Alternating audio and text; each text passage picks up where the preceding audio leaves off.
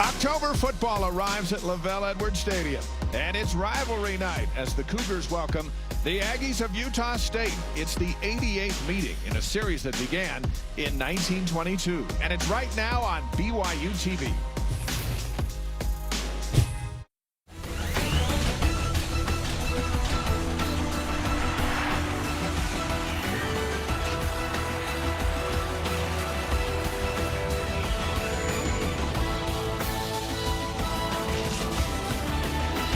After 4 days of storms, this is what we're left with tonight. Perfect conditions. That's from the Y on Y Mountain as we bring you down into LaVell Edwards Stadium in the valley below for BYU and Utah State. Hey, everybody, I'm Dave McCann with Blaine Fowler. We've called a lot of these games over the years. There's something special about this one tonight. And it's a gorgeous night, and two teams coming in with questions about themselves. And they prepared very differently in the month of September. Utah State playing a schedule where they just roll. Right. One of the top offensive teams in the country through the first month of the season. And BYU comes in battle-tested, playing on the road against top 10 type programs. BYU thinks, hey, we're better prepared because we've been battle-tested. Utah State saying we're confident coming in here. So who's really good? We're going to find out tonight. That puts a lot of pressure on our impact players, the two quarterbacks. For Utah State, Jordan Love, high-flying offense, averaging over 50 points a game, fourth best in the entire country. What makes him good? Well, he is a good decision maker, and he gets the ball out quickly. He's very accurate, and he has beautiful touch on deep throws. He's a complete player, just almost 67% completion percentage, 265 yards a game passing, 5 touchdowns, 3 interceptions. He's got to be really sharp and take care of the football if they're going to continue this offensive prowess they've had for the first month of the season. His first start in this big rivalry, he did not face Tanner Mangum last year. Tanner was out injured. He is healthy here in October, Blaine. What do you expect from number 12? Well, he's coming off of a very efficient game, 18 of 21, 160 yards against what you could argue is the best secondary in the country at Washington. I thought Tanner was really good last week, 62% completions on the season. This is a big test for him. This is a game in which he should be able to get the ball upfield a little bit more. This isn't Washington's defense he's facing tonight. He's already making nice with the officials. That's a good sign for BYU. The keys to tonight's game are presented by Tim Daly Nissan. Let's start with the Aggies. They need to stop BYU's run game. I'm talking about hold them to less than 4 yards per carry, and if they can hold them under 100 yards, then they've got a great chance to win. And then positive turnover margin. You go on the road in a big game environment, you can't be negative in the turnover margin. That's what they're fighting for, the old wagon wheel. How about the keys for BYU? Well, BYU's got to control the line of scrimmage, which they've done in all of their victories this year, where they dominate up front on both sides of the football. They got to be able to run it and dominate up front. And then they've got to limit Utah State chunk plays. This is a team in their run offense in the Aggies that they'll get 1 yard and then minus 2 yards and then 1 yard, and then next thing you know, they go 60 yards for a touchdown on a big run play. No big chunk plays, and BYU has a great chance to win. Those are the keys, brought to you by Tim Daly Auto Group, serving Utah since 1968. It is Friday night, General Conference weekend, and here come the Cougars. 3-2 on the year. That big win at then number 6, Wisconsin. Disappointing loss last week at number 11, Washington. But what a September schedule for BYU. And the Aggies taking the field. Best start since 2012 at 3-1. Matt Wells is 6-0 after a bye week, Blaine, and he had a bye week last week. Well, and he talked this week about how much he appreciated the opportunity to work on all the different sets and formations that BYU presents offensively. They liked having that bye week coming into this game. Kalani Sitake, his third year at BYU. Back in 1994, those two clashed against each other as players for their respective schools. We'll show you highlights of that later on tonight. Utah State won the toss. They defer to the second half, so they want to put BYU's offense out on the field as we begin the game. And the Aggie defense will be tested. They have not been very good. Their offense has been awesome. But they'll get their defense out there, and BYU will take some swings at it. When you defer, what you hope is that you can immediately get a field position advantage. You pin your opponent down, you get a 3 and out, you get the ball, and you have a short field to start with. That's the hope for Utah State here. 88th meeting tonight between BYU and Utah State. The Aggies actually are the very first opponent BYU ever played in football on October 7th, 1922. BYU leads the overall series. They've been dominant here at home. They have won 25 of the last 29, but the last few have been nail-biters, and that's changed the feeling of this rivalry. Our opening kickoff is brought to you by Les Olson Company, your office technology partner. Aleva Hifo is deep for BYU. Dominic Eberle has it on the tee for Utah State. Cougars and Aggies. Did September prepare these two teams for October? We're about to find out. Hifo puts a knee down, and BYU will start from the 25-yard line. Tanner Mangum, 18 of 21 last week, as you mentioned, against one of the best secondaries in the country. What do you want to see out of Tanner here early on in this first quarter tonight? I think for Tanner's sake, if they can run the ball early, that helps him, and then that opens up that intermediate pass game. I think against this Utah State team, they're so good offensively. You have to match them a little bit on offense, and you've got to push the ball up the field a little bit. Matt Wells is 2-5 on natural grass, so he's unbeatable coming off a bye, but he struggles on natural grass, and that's the surface tonight. Shotgun formation for Mangum. Katoa gets the start, moves out of the backfield. A throwing situation on first down, and freshman Dax Milne out of Bingham High School is across the 30. He's got 8 yards, and second down and 2. Third member of our broadcast team tonight is Lauren McLean. Lauren? Dave, linebacker Zane Anderson, who was injured against Wisconsin a couple of weeks ago, was cleared to start for tonight's game. Despite missing 2 games, he's the second leading tackler on the team. Defensive back Diane Gonwoluku, also injured during Wisconsin with a high ankle sprain. Limited practice this week, and he will not play tonight. Also, tight end Moroni Putu-Tau tore his ACL against Washington last week, and he is out for the rest of the season. Dave. Thanks, Lauren. Interesting shift, Blaine. And it looks like they were going to see what Utah State gave defensively and then shifted. Katoa gets hammered, but picks up the first down across the 35 to the 36. A gain of 3. Gage Ferguson, a senior out of Mendon, Utah, went to Mountain Crest High School. He delivers the hit on Katoa. And Gage Ferguson, a very physical player, and he's the leader back in that secondary. You watch him, he's making the calls, he's getting guys lined up, he plays with a little bit of an edge to him. And you saw what he can do coming up in the run. That was a big-time hit. Lots of local kids in action tonight. Katoa out of American Fork High School. 1st and 10, BYU at the 36. This is Katoa again. Looking around that right tackle spot. Picks up maybe 3. Second down and 7. It's a big offensive line, Blaine, but it's a young one for BYU. They've one game this year. They started 3 freshmen, a sophomore, and a senior. Typically, it's 2 freshmen, sophomore, and 2 seniors. But I'm telling you, it's a very talented young group up front that's going to just do nothing but get better over the next couple of years. Squally Canada in at running back. Powell in motion.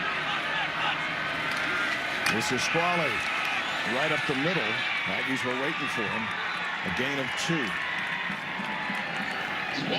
Canada last year in Logan, 12 carries for 69 yards. But that game got away from BYU because of turnovers. 7, in fact. The Aggies cashed him in for 26 points.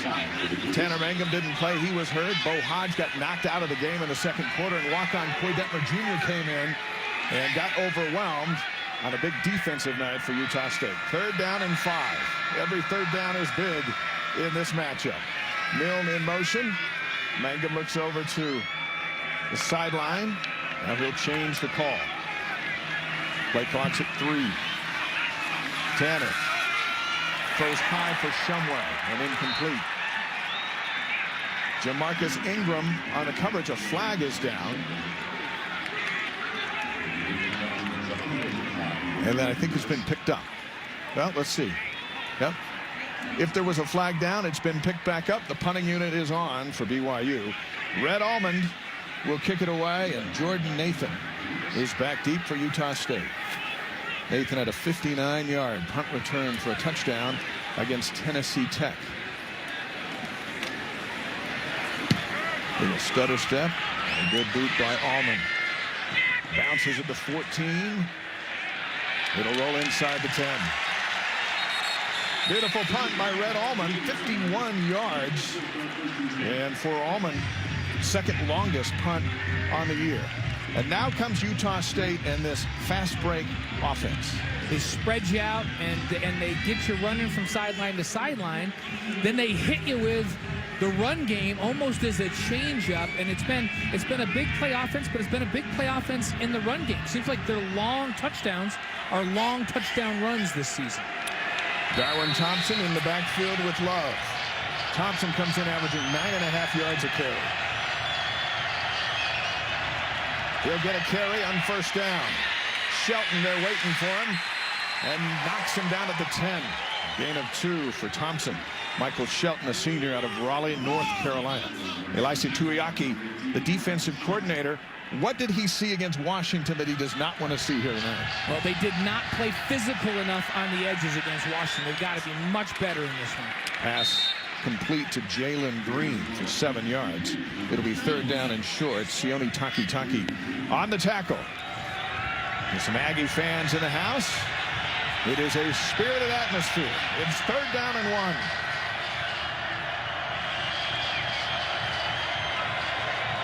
Love looks over to his sideline. Thompson in the backfield.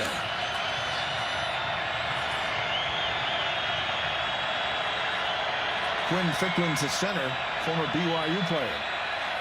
And they'll run it on third and short. And it looks to be enough, but a flag comes in. Takitaki hit Thompson. Needed a yard, picked up 2. But a flag came in near the line of scrimmage. Illegal formation. 5 players in the backfield. Offense. 5-yard penalty. Replay third down. That changes third and 1 to third and 6. Yeah, your receivers have to know when you're shifting and moving in all these different formations, when they're supposed to be on the line of scrimmage and when they're not. You have to have 7 guys on the line of scrimmage. You can only have 4 in the backfield. And here you can see they only had 6 on the line of scrimmage. Now it's third and 6. Love looks back over to his offense. Coaches on the sideline. Moves up under center. And now backs into the shotgun. Redshirt sophomore out of Bakersfield, California. On third and 6. Pocket holds up nicely. Pass is complete. The Cougars are there. And Thompson steps out of bounds. Gain of a yard. And now the Aggies will punt from their goal line. Zane Anderson. Boy, was he missed last week. Against a team like Washington with so much team speed on offense, you need a guy that can cover in space. Zane Anderson's as good as any defensive back at coverage in the pass game at outside linebacker. And so they really missed him last week. And glad to have him back against a really good offense this week. Taylor Heinze going to kick it away. Shelton fields it at the 44. Now looks for some help into Aggie territory at the 48. Good field position for BYU. A 43-yard punt for Heinze out of Alta High School.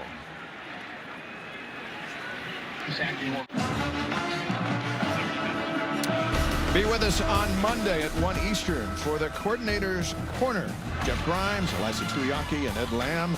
Hook up with Greg Wrubell Monday 1 Eastern on BYU TV and BYU Radio. They'll review tonight and look ahead to next Saturday night against Hawaii here at LaVell Edwards Stadium. Dave McCann, Blaine Fowler, Lauren McLean, second offensive possession for BYU. What'd they learn on the first one? Well, they gained yardage on the exchange of punts, and that's what you want to do. Sometimes it's just a field position battle as teams field themselves out and field out the opponent in the first quarter. They gained about 25 yards on the exchange of punts this time, and now BYU has what you would consider a short field, 48 yards to go to get into the end zone. Katoa and El Bakri in the backfield as Mangum goes to work from the shotgun at the 48-yard line. Polly in motion. Mangum waits for Katoa. The Aggies were waiting for him too, and he was dropped for a 2-yard loss. Beautiful tackle by Chase Christiansen out of Stansbury High School in Stansbury, Utah. Lauren. I asked Kalani Sitake how the offense needs to start fast, something that they've struggled with this season. And he said the key is to minimize turnovers and take care of the football. However, they can't take care of it so much that they don't take some necessary risks to make big plays. He said there's a balance between being aggressive and conservative at the same time. Dave. Thanks, Lauren. Loss of 2, 2nd down and 12, right at the 50. Now Mangan looks over the Aggie defense, calls an audible, and they'll run it to Katoa. Gets the yards that he lost on the play previous, and now it's 3rd down and 10. The strength of this Aggie defense is that front 7, in particular those 2 inside backers, Woodward and Chris Jansen, very active. They run to the football. You saw on the previous play, a screen play, Chris Jansen read it so quickly that BYU couldn't even get a hand on him to block him. 3rd down and 10. Matt Bushman had a big 3rd down play last week. Freshman All-American tight end number 89. Mangum looks things over. And on 3rd and 10, he's back to throw it. Micah Simon. Simon has 1st down yardage inside the 40. It'll depend on the spot. Needed to get to the 38. Shaq Bond made the tackle, but Simon with his 4th catch of the year right over the middle. Shaq Bond with his 21st tackle of the season. This is a pretty good stick in the open field to come up and make it even close. And so BYU's going to have 4th down, rally into the football. Squally Canada's in. The Cougars will go for it. And you see Fesi Sitake talking to him and saying, you know what, you got to get it straight up the field to get 1st down. When he went lateral, he was able to be stopped short of that 1st down. 4th down the yard. Play clock winding down, and BYU calls a timeout to avoid the penalty. 7:48 to go here in this opening quarter. And no score. Biggest play of the young game is coming up.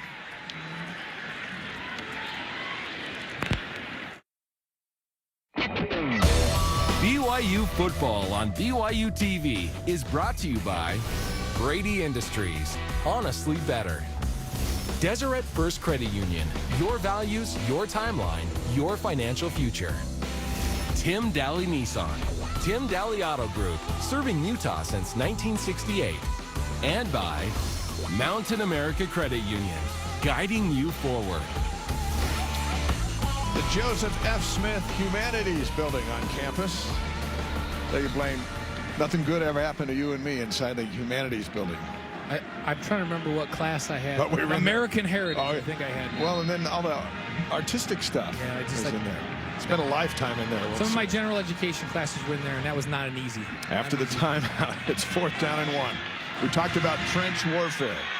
BYU's front group against this front group from Utah State. Bakri's the fullback.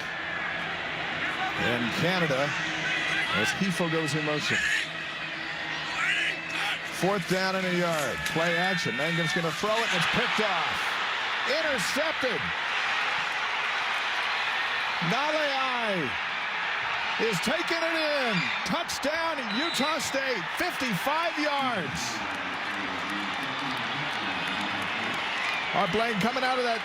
In that timeout, we said, are they going to come out and throw it? Are they just going to run it? We mentioned if they can't run it for a yard against Utah State, we thought they would go right here with the run play, and then Tannery is picked off. Well, and Nalei, he was in a good position. He knew he couldn't get to the quarterback, so he just stopped up, and Tanner Mangum tried to throw it right through him, as if he didn't even see him. He had a wide-open receiver for a 1st down in Bakri, and just threw it right through Nalei.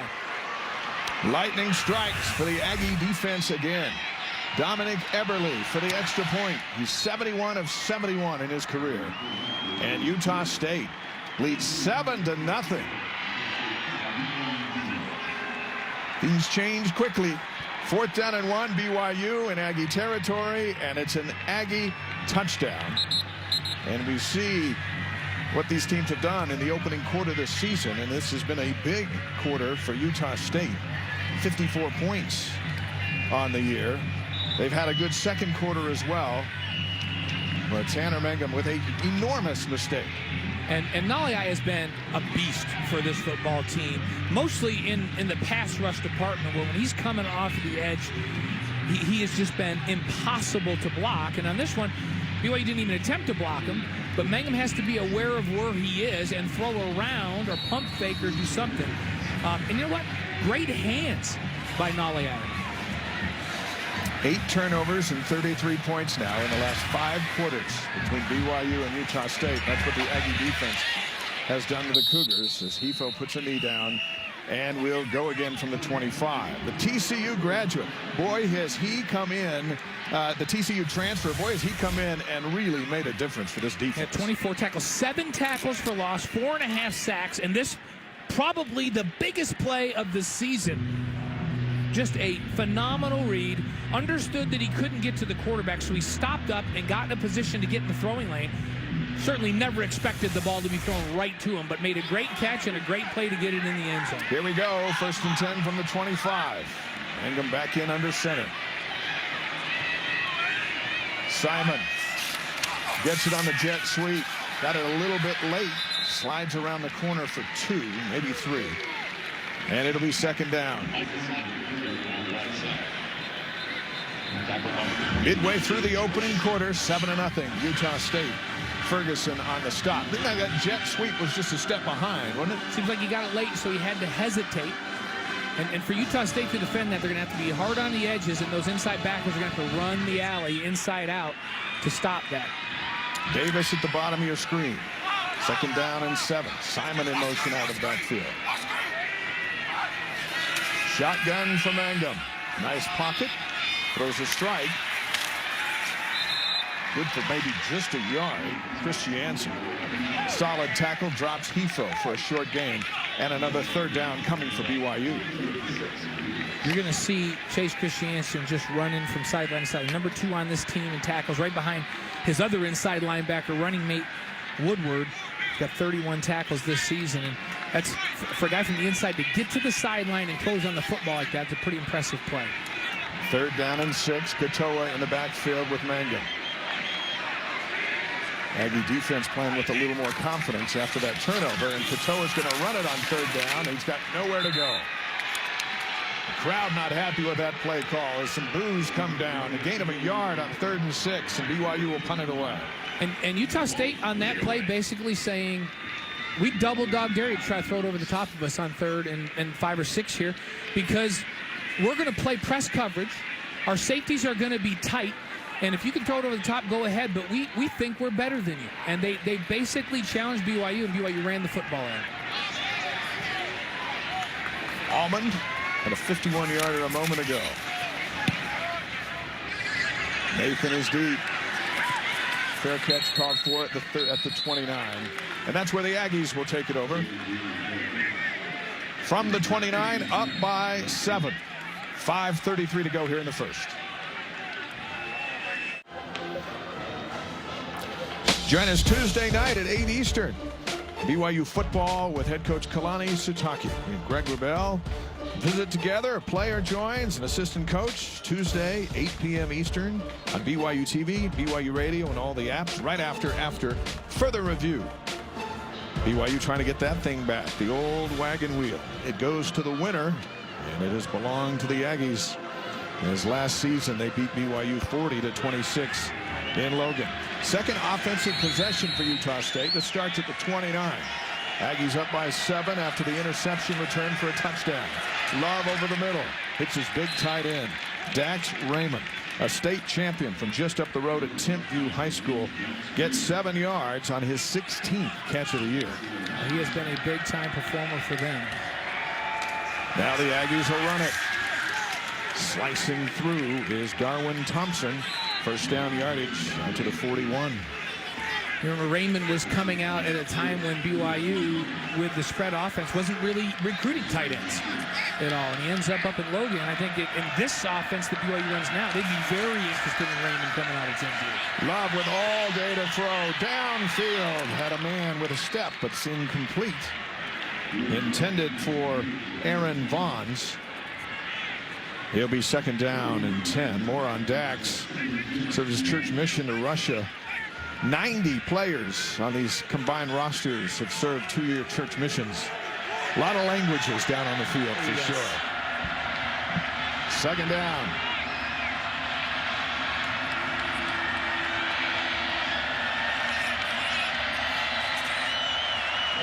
receivers spread out. Thompson in the backfield. And Thompson will get it. Hadley getting a piece of him. Gang tackled after a pickup of 4. It'll be 3rd down and 6. We saw Hadley running the football a couple of games ago. He's been back and forth, was on defense, went to offense, now back to defense. Makes that tackle. 3rd down.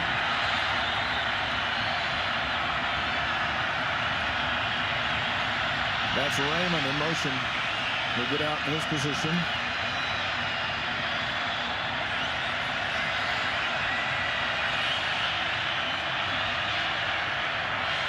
From the shotgun.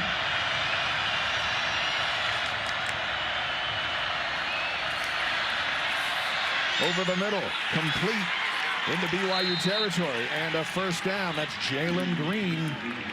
Well, you see how fast Jordan Love gets rid of the football. 13 yards and a 1st down. And Jalen Green made a great adjustment on the ball. That's his 13th reception, ball thrown behind him. Now Love flips it out to his receiver.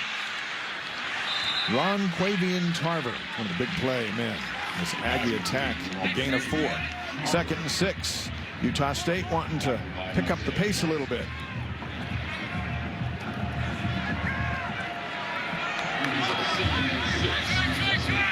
Love has 3 interceptions on the year. Thompson round outside. Flag comes down as he goes down. Tripped up by Austin Lee. It'll be a hold, most likely against the Aggies. Illegal block in the back. Number 1, offense. 10-yard penalty from the spot of the foul. Replay, 2nd down. Ron Quavian Tarver with the penalty. He was coming from outside in, and you can see right there. You could have called whatever you want because he also wrapped his arms around him. So it could have been a block in the back, a hold. The line judge threw the flag, and that'll come back. Ball now all the way back to the 49. Gerald Bright is in the game. Receiver last year, moved to running back this year, averages 7.2 yards a carry. 2nd down and 16 for the Aggies.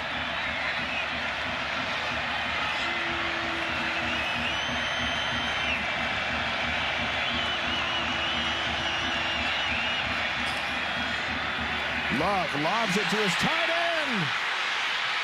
Another enormous play inside the 10-yard line.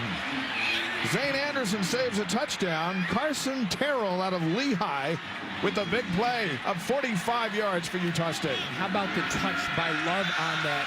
He had to get it off quick and put enough air on it for his tight end to run into it. BYU wasn't even set on that play. Utah State going right to work. Short game. And Bright out of Pensacola, Florida. BYU's in a really flat defensive alignment, thinking run. And they fake the play action, hold BYU's backers and safeties, and get it over the top to the tight end. Now it's Thompson in the backfield. 2nd down.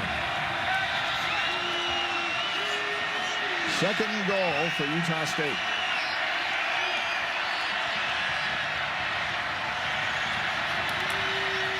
Love to the end zone. Throws it over Tarver's head and incomplete. That'll bring up 3rd down. Utah State has 17 rushing touchdowns on the year.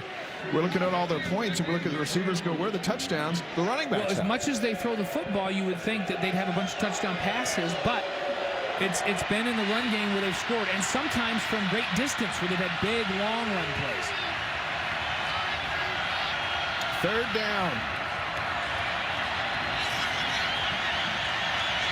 Student section making some noise. Jordan Love's looking right into him. 3rd and goal from the 7. Back to pass. Rolls to his right. Has some room. He has 2 rushing touchdowns on the year, but he's denied here as he's tackled at the 2. Gain of 5. Anderson up to hit him. His helmet came flying off. And it'll be 4th down and goal from there. And with his helmet coming off, he has to come out of play, and that may play into the decision of whether or not to go for it or kick a field goal. Big hit on the end of that one by Kafusi. There's the helmet off. Eberle hasn't missed this season. 8 for 8 kicking field goals. And a timeout called by Utah State. This will be a chip shot, 19 yards. Eberle 8 for 8, number 1 in the NCAA. Quite the weapon on special teams. But how about Jordan Love and that drive to get down the field? A couple of really good plays on there. One, a ball thrown behind the receiver, Jalen Green, who pirouettes around and catches the ball and gets a critical first down. And then the play action pass where BYU just blows the coverage, allows the tight end to run free behind the secondary, and that gets him down here in scoring position. Now, I'm wondering if Utah State is using a timeout right now to be able to get Jordan Love back in the game to go for this here now on 4th down. Your Cougar Sports day-to-day play-by-play is on BYU Sports Nation. Spencer Linton, Jarom Jordan. Monday through Friday at noon Eastern Time on BYU TV and BYU Radio. Tomorrow morning, you can see him at 11 o'clock Eastern, 9 Mountain Time on BYU TV and BYU Radio. Do you think they're thinking about going for it, Blaine, on 4th and 2? Yeah. They got a funny angle for a field goal. Believe it or not, that field goal is probably tougher than if you were back 10 yards and not as severe an angle. And so they're sending Love back out there. They use the timeout to get Love back in the game where his helmet came off, and they're going to go for it on 4th and 2. So Love back in the game after the timeout. And it is 4th down and goal from the 2. Crowd comes to life.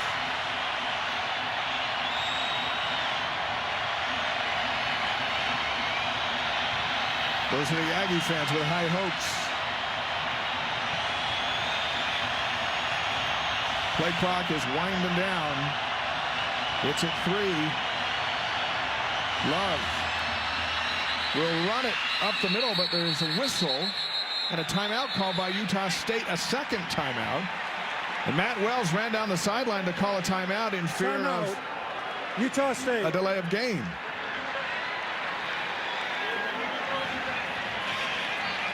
I wonder if he's thinking about the field goal team now. Well, and think about it. They were disorganized, and he probably felt like, wait a minute, the play that we want to run is not going to get run properly, and I'm not going to waste a 4th down attempt here.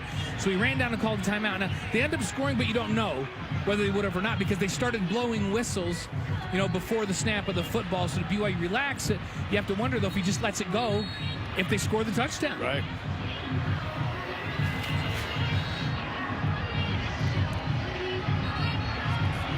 Well, he thought about it.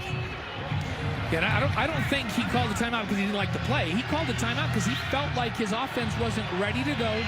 They were disorganized, and Love was starting to try to rush to get the play off before the clock went down. He didn't like that setup. A stop here will be the equivalent of a turnover. 4th down and goal from the 2-yard line. Love's in the shotgun. Bright in motion. Love keeps it, rolls to his right. Looks around, throws it back to Bright. Touchdown! Beautiful play call and a great sell by the quarterback. And Gerald Bright was wide open for his first receiving touchdown of the year. They made that look easy. So Bright came, faked the fly sweep. Love rolled to his right. The plan all along was for Bright to get the ball on the throwback. They're putting all of their hope that BYU would bite and not play disciplined defense, and they were right on. 2 plays in this drive for BYU's defense where they're completely blown coverages. Eberle on for the extra point. 14-0. The Aggies have quieted the crowd here in the first quarter. 1:50 to go. And it's a 2-touchdown advantage for Utah State. And this is the last thing BYU hoped would happen. Come out and get in a deficit with some very difficult decisions on defense and offense that just haven't flat worked. Well, 12 plays on that scoring drive, 71 yards, just 343. Some big plays in that drive made by the quarterback, Jordan Love. Good throws. That scoring summary presented by Deseret First Credit Union. Deseret First, your values, your timeline, your financial future. Eberle will kick it off again, and Hefo is back deep for BYU. So far, the plan for Utah State has been just to kick it into the end zone, eliminate the return. He's kicked the previous ones 5 yards deep, and Hefo hasn't brought anything out yet. Here comes another one. This one out of bounds through the end zone. And the Cougars have it at the 25-yard line. Now pressure is mounting on this offense to do something. And the pressure falls right on to number 12. Yes, it does. And this offense feels additional pressure because one of the 2 touchdowns in this football game, the offense gave up on a pick 6. The team with the fewest turnovers has won 14 of the last 19 games. BYU with a turnover that the Aggies took in for a touchdown. From the 25, Cougars started up again. Here's Hefo. Hit hard up near the 29, a gain of 4. Woodward and Ingram on the tackle. You mentioned earlier, Dave, so Utah State's had 2 full weeks to look at this fly sweep, to talk about how to defend it, to add some new plays to their offense that BYU hasn't seen. BYU's playing on a short week, coming off of a road trip against a top 10 football team. It's a little different preparation. 3 yards on that jet sweep. 2nd down and 7. Manga, nice pocket over the middle. Bushman, 1st down across the 40. Spot down at the 42, 14 yards to the sophomore out of Tucson. 7th catch of the year for Matt Bushman. Matt Bushman starting on the right, running a crossing route, and as soon as he clears the inside linebacker, Tanner Mangum throws the ball in that little hole in the defense. Good timing, good throw. Canada in the backfield for Mangum. And the Cougars at the 42. Aggies threaten blitz. And Tanner checks out of the play. Another run squally. Could have checked out of that. Dropped in the backfield. Glenn, we talked about the up-front guys for Utah State and the battle with BYU's offensive linemen, and so far it's been to the advantage of the defense. And it hasn't been, again, this is more like Cal. That's a free player. That's not somebody getting beat physically at the line of scrimmage. That's somebody not being blocked at all. So that's a missed assignment, and that's been a theme in this game on both sides of the ball. Defense, missed assignments, easy plays, and there's a play where you just don't block a defensive player, and it's an easy play for the defense. John Trell Rockamore, McKinney, Texas, making a play. End of the 1st quarter, and it's been a good one for the Aggies out of Logan. A defensive touchdown and an offensive touchdown, 14-0 here on BYU TV.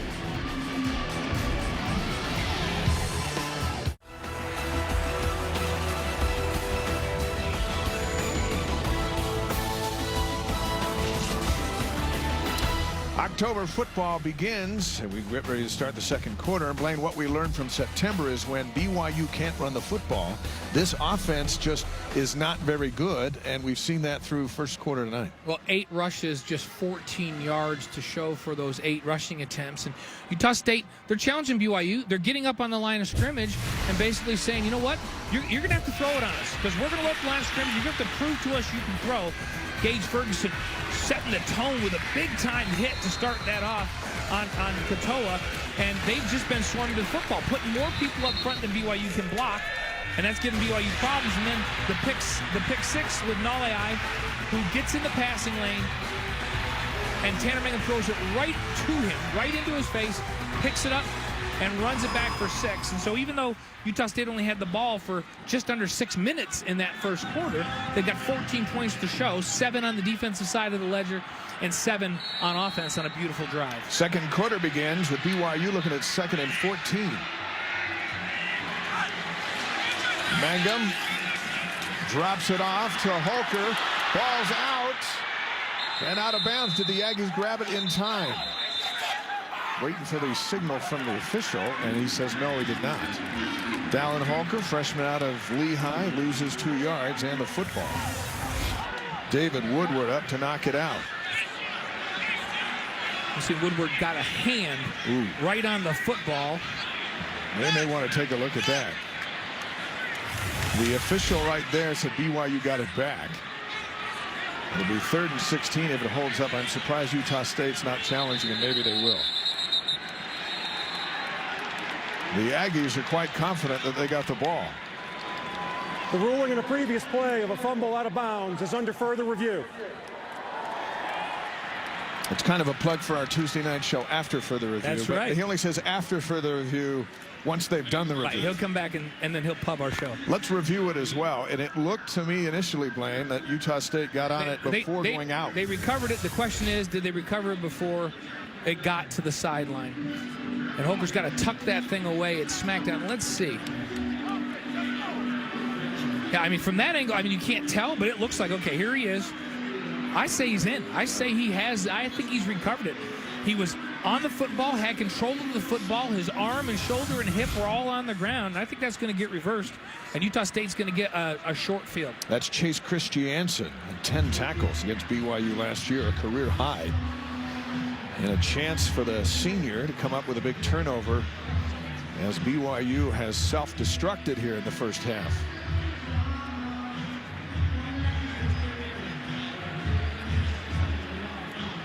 Cougars turned the ball over twice against Cal. They have, for the most part, held on to the football. They didn't have any turnovers at Wisconsin. Didn't have any against Arizona. And tonight, if this holds, it'll be the second. The first time. Well, their first turnover changed the complexion of the game. BYU's controlling the clock. Utah State had a very brief first drive, and it changed the game. That first turnover. I feel like he's got that, and he's controlling it before he slides out of bounds. I guess the only question they would have is, does he have control of it, or is it still? So he doesn't have control of it here. Does he have control of it there? I think he does right there, and I think he's in bounds at that point. The line judge is looking right at him, and he ruled it out of bounds. So they'd have to overturn that.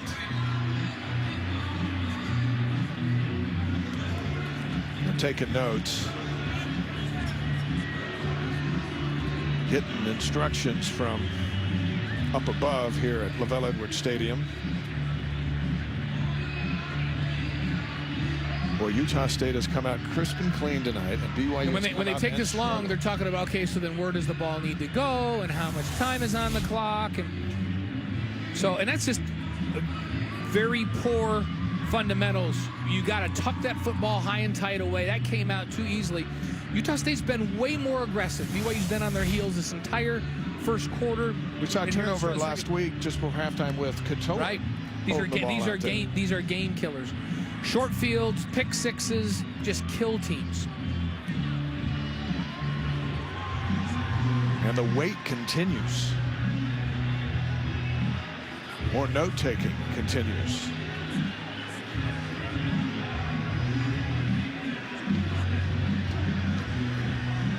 That's our referee, Kevin Boitman.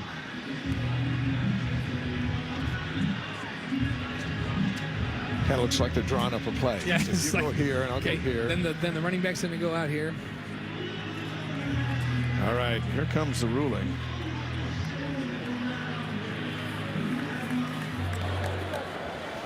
After further review, the fumble was recovered inbounds by a member of Utah State. It will be Utah State's first ball, 1st and 10 at the 35-yard line. The clock operator, please reset the game clock to 14 minutes, 54 seconds. Big play by the local product out of Stansbury, Chase Christiansen. And Utah State has it at the BYU 35-yard line, leading 14-0. And that cheer you heard, there are a lot of Aggie fans here in the stadium tonight. Now BYU's defense just trying to keep the Cougars in the game. Utah State looking to deliver an early knockout punch. Wright's got it running to his right. Inside the 30. Slices for 6, maybe 7. Trajan Peely finally pulls him down. It'll be 2nd down and 4. They give him 6.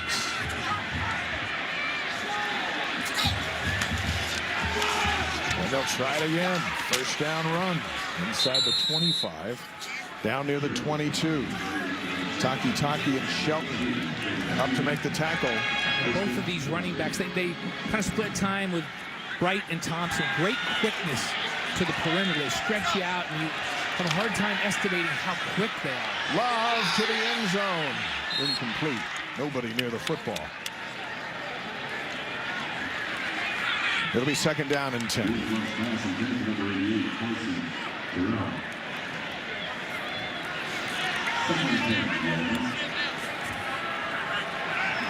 Tarver over there in motion. Get in position. Top of your screen. Second and 10. And Raymond moves over. Raymond caught a touchdown against the Cougars last year, and he has 1 touchdown on the season. Keep your eye on big number 87. They'll run it now to the left. Big hit. Inside the 20 to the 19. 4 yards on the pickup. Taki.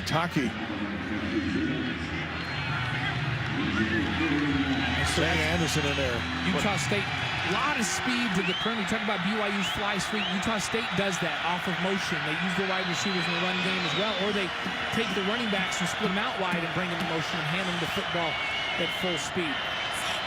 Third down.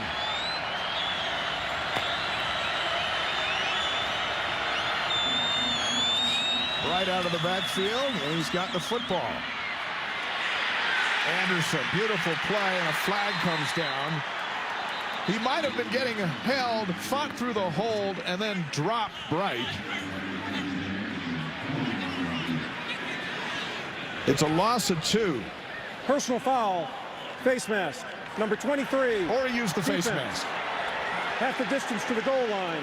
Automatic first down. Boy, how many mistakes can BYU make in one half? He played that play perfectly until the tackle.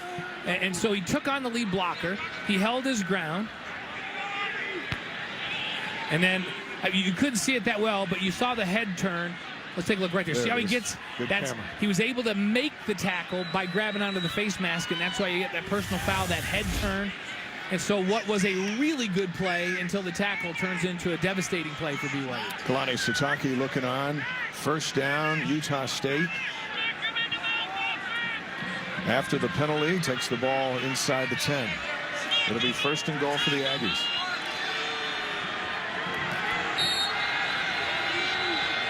Love has been unfazed by BYU's defensive pressure.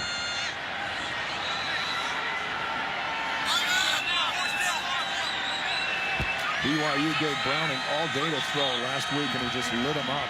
And they've given Love plenty of time here so far tonight.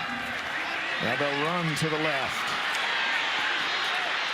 Wilcox grabs Thompson, throws him out of bounds, but not before he gets 4. Both of these running backs, Bright's 5'9", Thompson's 5'8". So little guys, they get in behind that offensive line. They're hard to see. You got to play your gap and be really, really sound defensively. Austin Lee got up slow, and they're going to send him off the field. He's been banged up.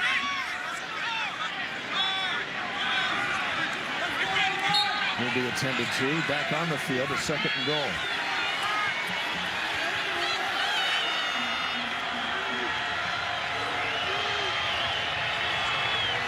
BYU needs somebody to make a play.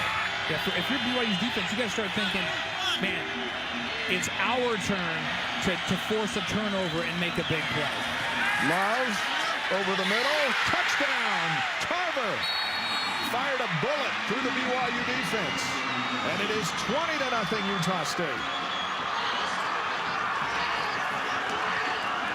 It's just fantastic catch here by Ronquavian Tarver. Watch this catch. This is a bullet throw in a tiny window, and the concentration by Tarver to bring that thing in. First touchdown catch of the year for the senior out of Belgrade, Florida. Eberle in to kick it. And Utah State is pitching a shutout, 21-0 here in the second quarter. Mistakes hurting BYU, and the Aggies are cashing in again.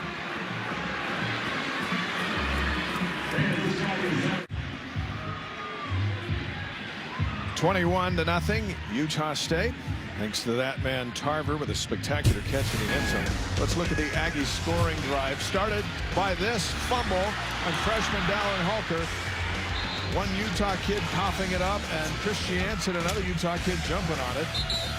And when BYU made a good play on third down to force a field goal attempt, and they grabbed the face mask and get him half the distance and a free first down. So right now, Utah State's playing well. They're the aggressor, but BYU's handing him this football game. That's 14 points, one on a pick six and another on a 35-yard field, aided by a face mask penalty. So BYU's really not doing anything to take away the confidence or slow down this Utah State team, and they can't do a thing right now. And right now, the only other team more depressed than BYU in America is Wisconsin. Right. As they are watching this on national TV, and they're watching BYU get run out here at home, making the mistakes that they did not make in Madison. Now the Cougars are on the brink of getting blown out here if they can't do something on this possession, as they have failed to stop Utah State outside of that opening drive. Here's Hefo, and Eberle has it on the tee. Getting hammered by Washington, that's one thing. Getting beat by Cal, they're in the top 25 last week. That's one thing. Getting hammered here at home by Utah State, that's a whole different thing. Hefo from the goal line, looking for a lane. He's got a lot of speed if he can kick it to the outside. He's tripped up at the 20. He goes down at the 21. Let's go down onto the field, Lauren McLean. Defensive coordinator Lysa Tuiaki went into the defensive huddle and he said, don't get stuck in the rush defense. Then Ed Lamb, assistant coach, came over and said, that's what these guys do sometimes. They're going to score. You can't get disheartened. You have to play hard. Dave. Thank you, Lauren. BYU starts this drive on the 21. Not been able to establish anything on the ground so far tonight. Katoa's in the backfield. And it's Katoa moving forward. 4 yards. Christopher Unga. He's the younger brother of Wani Unga, who started BYU, and in the NFL, he's now the linebacker coach at Utah State. Look at the average field position. Utah State's average starting field position is BYU's 49. That doesn't happen very often in a football game where your average field position is in the other team's territory, and BYU's is at their own 32. Long fields versus short fields. Still early in the second quarter. Katoa moves out of the backfield. Mangum rolling to his right. Pressure comes, and he throws it out of into the Aggie sideline. No chance at that. Dylan Cauley the closest to the ball. We thought we'd see a lot more of Cauley. We thought we'd see a lot more receivers doing a lot more downfield this season, but Cauley has been MIA. Made that big catch against Arizona and has seldom had his number called since. They haven't targeted him very much this season. And if you're a defense playing BYU right now, you have to say, you know what? We're just going to defend the run until BYU can prove to us that they can throw the ball downfield and throw it. Look how flat this defensive lineman to start is. They show flat and blitz, and they look like they're going to come here. 3rd down and 6. And they come. Tanner in trouble. Throws it nowhere. And another punt coming. And the crowd is growing anxious. And Utah State does exactly what we're talking about. They're saying, you know what? We don't think you can get it up the field. We don't think you can throw it or get it out. We're going to bring pressure, and we dare you to try to beat us in the pass game, and BYU can't do it on 3rd down. Fui Leilua at a Spanish Fork via Oklahoma State up there to apply pressure on Mangum. Red Almondon's in to kick it, and Nathan is deep for Utah State.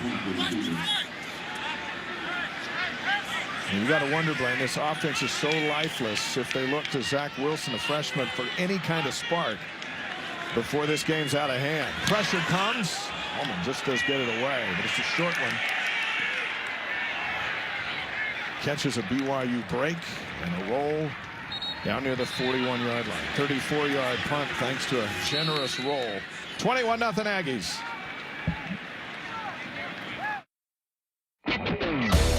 BYU football on BYU TV is brought to you by The BYU Store, the official outfitter of BYU fans everywhere. AAA. Learn more at AAA.com. And by Les Olson Company, your office technology partner. Welcome back to LaVelle Edwards Stadium. It's a brisk Friday night. BYU versus Utah State. Aggies on top right now, 21-0 in the second quarter. There's the old wagon wheel. The winner of these two schools get to take it home for the year. It's been a tradition since 1948 in honor of the Mormon pioneers crossing the plains. There's been a history of theft with the wagon wheel, oftentimes by people not even affiliated with either school. When BYU wins, they usually hold on to the wagon wheel, but Matt Wells brought it to give his team inspiration tonight. Dave. Lauren, thank you. On first down, Aaron Bonds wrapped up for a 2-yard loss by Michael Shelton. Nice play by Shelton. Utah State's only won once over the last 40 years here in Provo. That was in 2014. Love with it on the rollout. There's a strike right near the marker. Green with another catch. He beats Chris Wilcox on the play and sets up third down and short. Wilcox looked like he was in position to be able to make a play on that one, but just couldn't locate the ball and break on the football to break that up. He stops him short of the first down. Third down and a yard. Utah State's not won back-to-back games in this series since 1973 and 74. In 73, Richard Nixon was the president, and in 74, he had resigned. That's how long ago it was since the Aggies have won 2 in a row. But they are playing tough here tonight, and they pick up the first down. Well, it'll depend on the spot. Looked like Allen had it. And maybe close enough to measure. BYU had him stopped here behind the line of scrimmage and just doesn't play. You talk about playing solid on the edge. That's what they lacked at Washington. They have to not allow that ball to be bounced to the edge. And we're going to measure this one very close. They have signaled for fourth down on the field. The officials are in between the offense and defensive lines as they bring the sticks out. And Utah State, with how they've been flying, there's no question they'll go for it.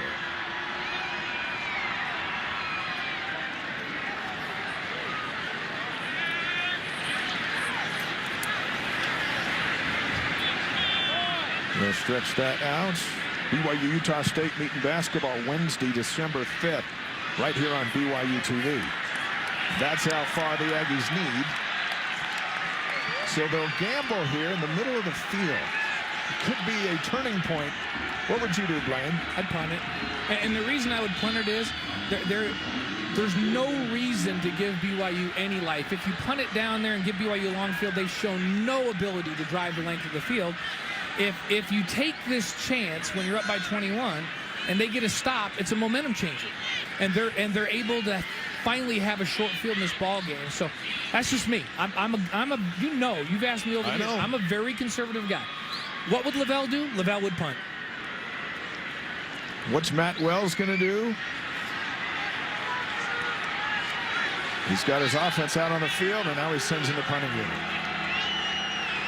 That doesn't go over well with the Aggie fans. If it was a tight game and you needed some type of momentum boost, then it's worth rolling the dice. But where you have all the momentum and where BYU has been able to do literally nothing on offense.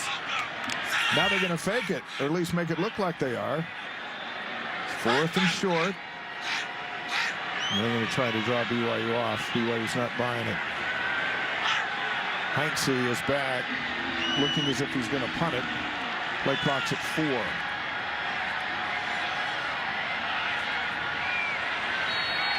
And they're just going to take a delay game and give their punter, who's averaging 43 yards a kick, a few more yards. I think, unless they burned a timeout. Maybe there's a they penalty. took the delay. 5-yard penalty. Still fourth down. And that's not bad strategy there. You go, you know what? Why take the risk? We're going to punt it anyhow, but let's see if we can get BYU to jump off and get them to get antsy and pick up the first down via penalty. Then if not, you're going to go ahead and punt it anyhow. And I think this is the right move. And where they have so much momentum, where they played so well defensively, I think you challenge BYU to have to drive a long field. Heinze is a junior out of Sandy, went to Alta and then Weber State in 2016 before transferring over to Utah State. Shelton is deep. No blocks on the year for Heinze. No pressure. And Shelton calls for a fair catch at the 12. Goes down with the ball. 43-yard punt. And now the Cougar offense comes back out, and they have been stalled through 4 games. Pretty good, considering.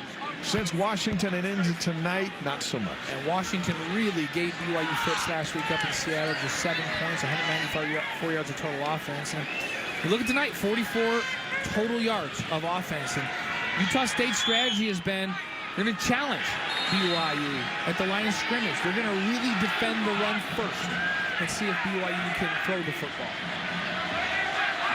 Drive starts at the 12. Mangum with all day to throw. Incomplete. Throws it behind Bushman. Now a flag comes in late. That flag flew 20 yards through the air. It's going to be holding on the defense. BYU catches a break. Holding.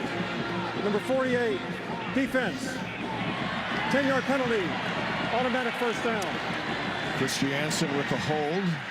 And he's had a really good football game up to this point. He's been all over the place for this Aggie defense. That takes the ball out to the 22.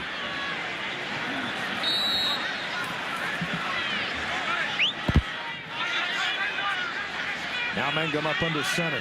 Katoa in the backfield. Hifo.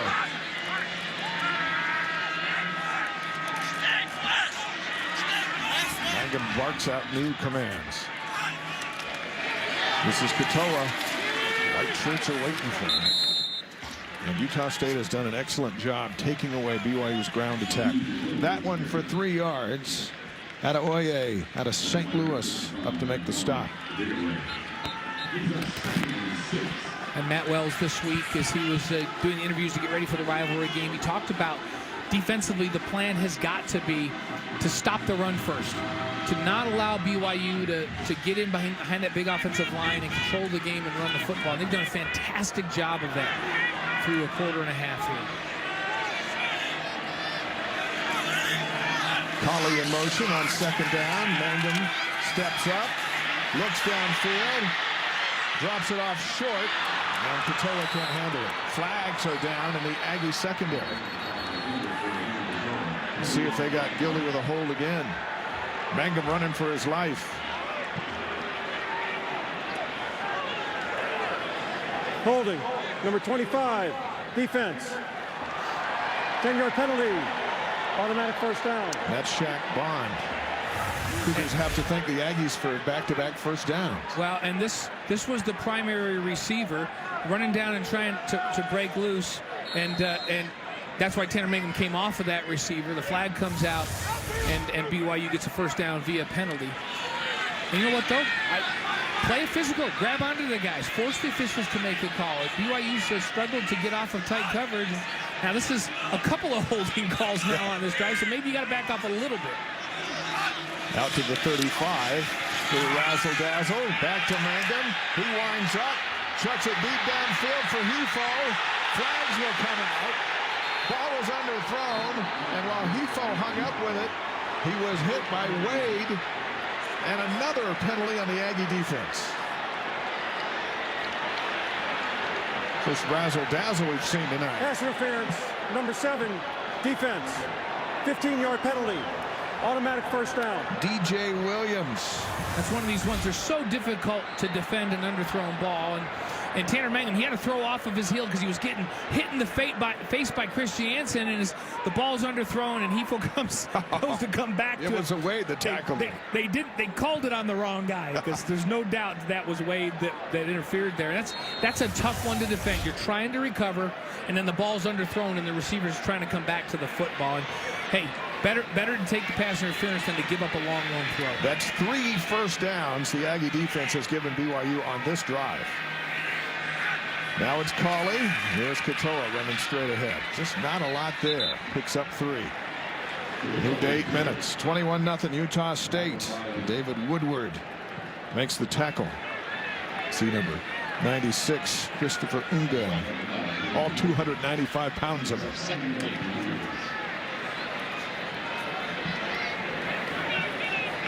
If BYU can just stay on the field, the Aggies will put them in the end zone. They have more yards and penalties than they do in total yards of offense right now. 2nd down and 8. Canada out of the backfield. Now Squally comes back around, gets it, tries to get around the corner. Powell couldn't make his block, and Squally got a yard is all. It'll be 3rd down, and Squally is slow to get up. Leilula and company not fooled by this end around. And watch how aggressive Utah State is coming out of the secondary on those edges. When BYU runs the fly sweep or any of that kind of edge motion, they come and they sell out on the run. Canada doesn't look right. He heads to the bench. 3rd down. 3rd and 7. Milne in motion. Another freshman making an impact. Blitz comes over the middle. Simon! And Simon's got a 1st down to the Aggie 36. He beats Jamarcus Ingram for 17 yards. And Tanner Mangum, because of the motion, he knew he had man-to-man defense. So that allowed him to get a pre-snap read. Then you have to trust, my guy can beat your guy in man-to-man defense if I put the ball in the right spot. He puts the ball in a really good spot, and Simon on that slant route gets open against man coverage. This is as close as BYU's been to the Aggie end zone. 6:17 to play here in the 1st half. On 1st down, Simon in motion. Mangum under pressure, sidearms it to El Bakri. Inside the 35 to the 33. David Woodward on the tackle. And for El Bakri, his 4th catch on the season. Gain of 3. El Bakri is out of Brighton High School in Salt Lake City. And that is a tough throw that Tanner Mangum makes. The pressure coming off the edge in his face. He's got to whip his shoulders around and get the ball out there. It was a really, really good throw.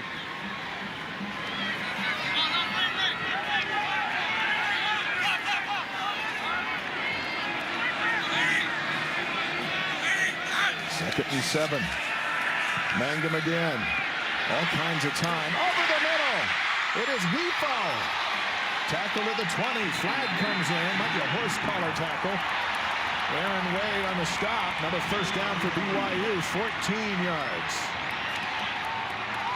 The way Hifo hit the ground. Yeah, he kind of spun around really quickly. That flag came in. The line judge right there in front of Hifo. They're having a long discussion. Perhaps we can see that replay and see what they're talking about. It's a 1st down play. Now the microphone will come on. There is no foul for a face mask on the play. The result of the play is a 1st down. So thought he saw a face mask. They had a conversation about it with the other officials who had good angles and decided to pick it up. Let's see here. He just got him by the shoulder. Just had him by the shoulder, and it was a good tackle. The way his head spun around, I think they thought he had a hold of the face mask. It's a good job by the other officials to come in and say, no, I didn't see it from my angle. 1st down, BYU, the Aggie 19. Cauley in motion. Out of the backfield, Mangum throws. Hifo again. 1st and goal for the Cougars. Down to the 5. 14 yards on the play. BYU finding success over the middle.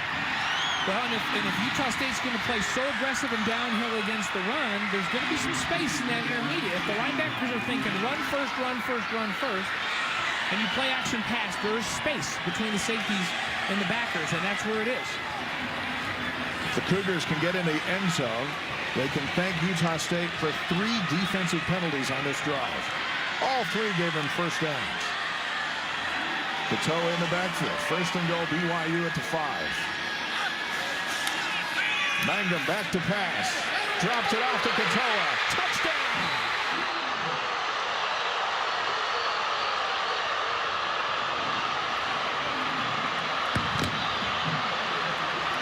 first receiving touchdown of the year for Katoa, and the 4th touchdown pass by Mangum. And Katoa releasing out of the backfield and should be picked up blown coverage. Rockamore is the guy that should have been in coverage, but he's playing run, and then thought that he was going to be blocked by Katoa, who ran right by him for the easy catch and the easy touchdown. Skylar Southam out of Wasatch High School in Heber City. Right down the middle. And BYU's on the board. 4:28 to go in the first half. It's now 21-7, Utah State.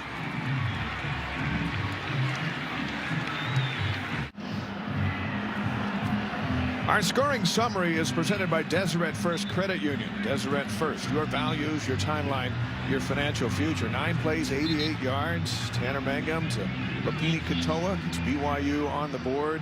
3 defensive penalties on that drive that gave the Cougars first downs. And this is the breakdown. 6 rushing yards, 35 penalty yards, and 47 passing yards on that drive. That's a balanced attack. That's completely balanced if you include the penalties. And so Utah State, you know what? It was time for Utah State to give some gifts back, as BYU's giving them gifts in that first quarter especially. Andrew Mickelson will tee it up. And Gerald Bright is deep for Utah State. The momentum shift here in the stadium. Kick is fielded at the 1-yard line. Bright to the 15. Out of bounds near the 23. Our scorebox sponsor is Brady Industries, a provider of commercial cleaning supplies and equipment, longtime friend of BYU-TV Sports. Let's get an update on Squally Canada. He didn't look right when he left the field. Marin. Dave, he's been struggling with some ankle issues, and I just told that about 4 minutes ago, trainers took him back in the locker room to check him out. Still unsure whether he's coming back to this game. Dave. Thanks, Lauren. Jordan Love and the Aggies will start this drive at the 24. And Love calls his own number. Royal blue shirts converge. Zach Daw out of Pleasant Grove High School drops him after a gain of 1. So the Aggies motion out so they go no backs, but a design run play for Jordan Love to be the ball carrier. BYU doing a good job of holding all the gaps on that line of scrimmage. Crowd makes a little more noise. 2nd down at 9. Under 4 minutes to play here in the first half. BYU would love to get the ball back before the break.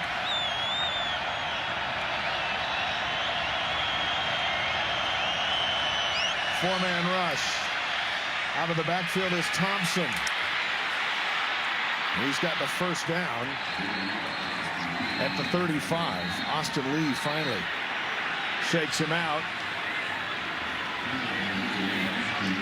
It's getting a little heated.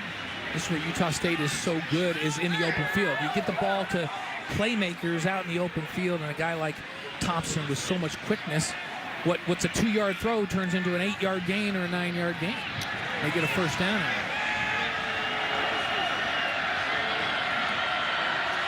Move the chains. Love looks over to the sideline.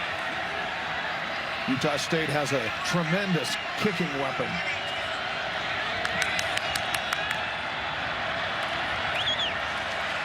This is Love, drops it off and out of bounds. It's ruled an incompletion to Green. Very close to being a lateral. Went forward just enough. It'll be 2nd down and 10.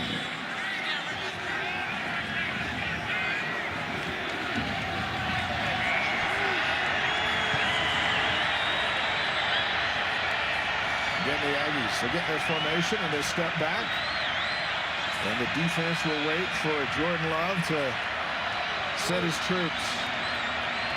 2nd and 10. Still no Aggie turnover. Here's Thompson. Dropped. Michael Shelton nails him. A gain of 1. It'll be 3rd down and long. Well, Michael Shelton really played good football last year. Very physical the last couple weeks on that corner for BYU. And for Utah State here, we've seen them do a great job of hitting quick hitters here and then letting their playmakers make the play and get a first down. Aggies are 1 for 4 on 3rd down.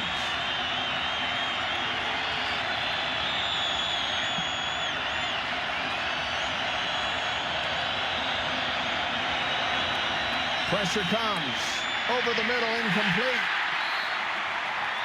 And the punting unit will come on with 2:10 to go. That's a big defensive series for BYU. They gained some momentum with that 88-yard drive. Now this is back-to-back stops on Utah State's offense. If BYU can get some points before halftime, then all of a sudden they're back in this ballgame. Even if they go into the locker room trailing, you have to feel like, wait a minute, they figured something out and stopped the bleeding. Heinze, this is Shelton. Takes a BYU bounce, and so the Aggies grab it. At the 15, 50-yard punt. Here come the Cougars.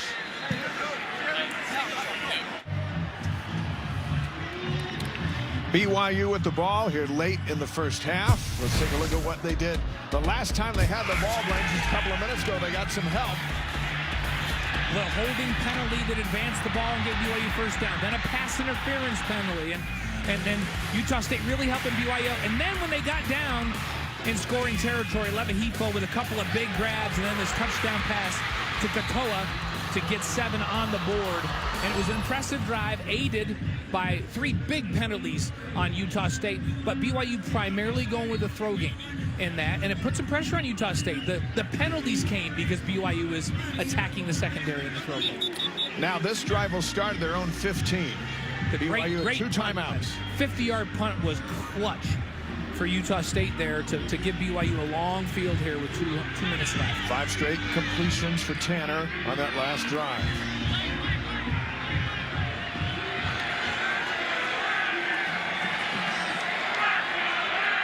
Interesting formation look for BYU on first down.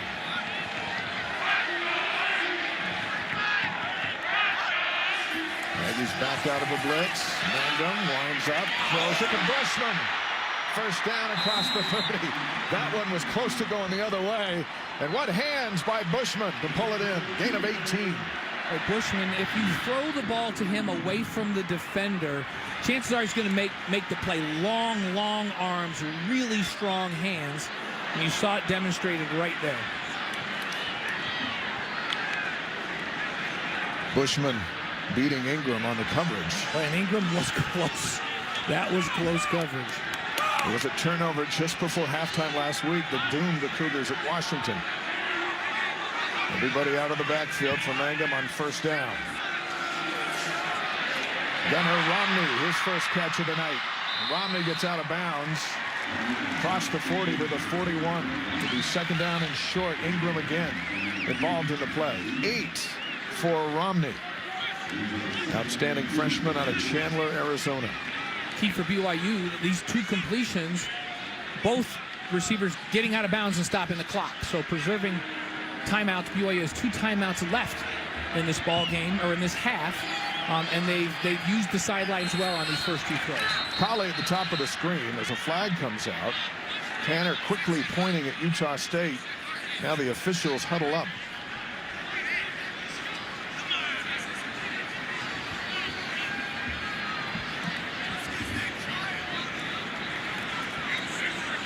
And then they jump right into a long conversation. Well, because the conversation is, did somebody on the defense simulate signals and bark things out and force BYU to move? And that looked like that was what Mangum was protesting. Yep.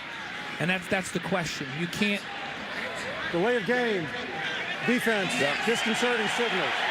It's very disconcerting for the quarterback. I like the verbiage for that. Disconcerting signals for the quarterback. You're like, hey, I'm trying to get something done here. This is very disconcerting. Take a look. There's the movement. Not a lot of it, but it's the 4th penalty that gives BYU a first down. And you can move and shift. You just can't make a noise or bark out when you're doing it. Mangum again. Ball's batted around, and Tanner catches it. That's his first reception that he threw to himself. It picks up 2 yards. Hey, we saw Clock's Steve Young going. when he was in the NFL do one of those, but he got a few more yards than that. Yes, he did. Now under a minute. Colley, top of your screen. A long time since Colley had a chance to make a big play. Mangum all day to throw. Winds up downfield for Colley, and a flag comes down. Ingram. And another defensive penalty and another first down for BYU. Pass interference, number 2, defense. 15-yard penalty. And sometimes automatic first down. You have to trust your guys. And so Tanner's got all kinds of time to say, you know what, I got one-on-one out there. I'm just going to throw it out and let my guy make a play. Now, he underthrew the football, and again, same kind of penalty. Colley trying to work back to the football, and that's a tough thing for Ingram to cover. He grabs a hold and picks up the pass interference penalty. 8 penalties on Utah State to just 1 for BYU here in the half. Most of those on the Aggies the last 2 possessions. First down BYU at the Utah State 37. Mangum again with all day to throw. This is Katoa. Katoa's close to another first down. That will stop the clock with 39 seconds to go. Moving into the range of Skylar Southam. BYU is called a timeout. On this play, the Aggies go with just a 3-man rush, and so Tanner Mangum knowing nobody deep's open. Everybody's covering, and to get it out quickly to Katoa and let him run with the football. It was a good decision to get it out quick underneath the coverage. Blaine, it's almost as if Utah State came into this game and said, you can't throw, so we're just going to stop the run. And the last 2 drives have been all about the throw. And in the secondary, they look lost. They're grabbing guys, one penalty after the other. And Mangum is moving them down into scoring position. And BYU, you had to wonder, when are they going to try to push the ball up the field? And even if it's just putting pressure on that secondary, you got to get that secondary and those linebackers to feel like they have to drop back and defend something, or you can't run the football. Now the Cougars need to finish the drive. 39 seconds to play. BYU has 1 timeout. Utah State has a timeout. They did pick up a first down on Katoa's extra effort. So the ball's at the 27. 9 straight completions for Mangum.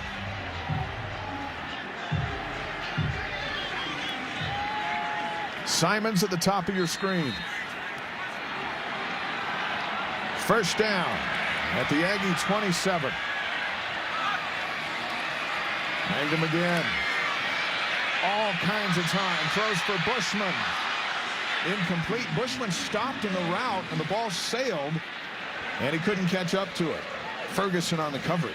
And that's a matchup that you like. Gage Ferguson's really, really physical, but one-on-one, a 6-foot safety on a 6'5" tight end, you need to throw that ball so that Bushman can keep his body between the defender and the ball and just go get that one. That would be a tough one to defend, and instead Mangum puts that one in a spot where he can't go get it. Second down and 10, 33 seconds to go.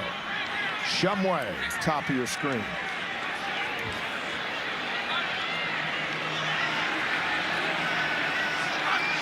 Aggies bring a blitz. Mangum out of the pocket. Throws to the sideline, incomplete, intended for Hefo.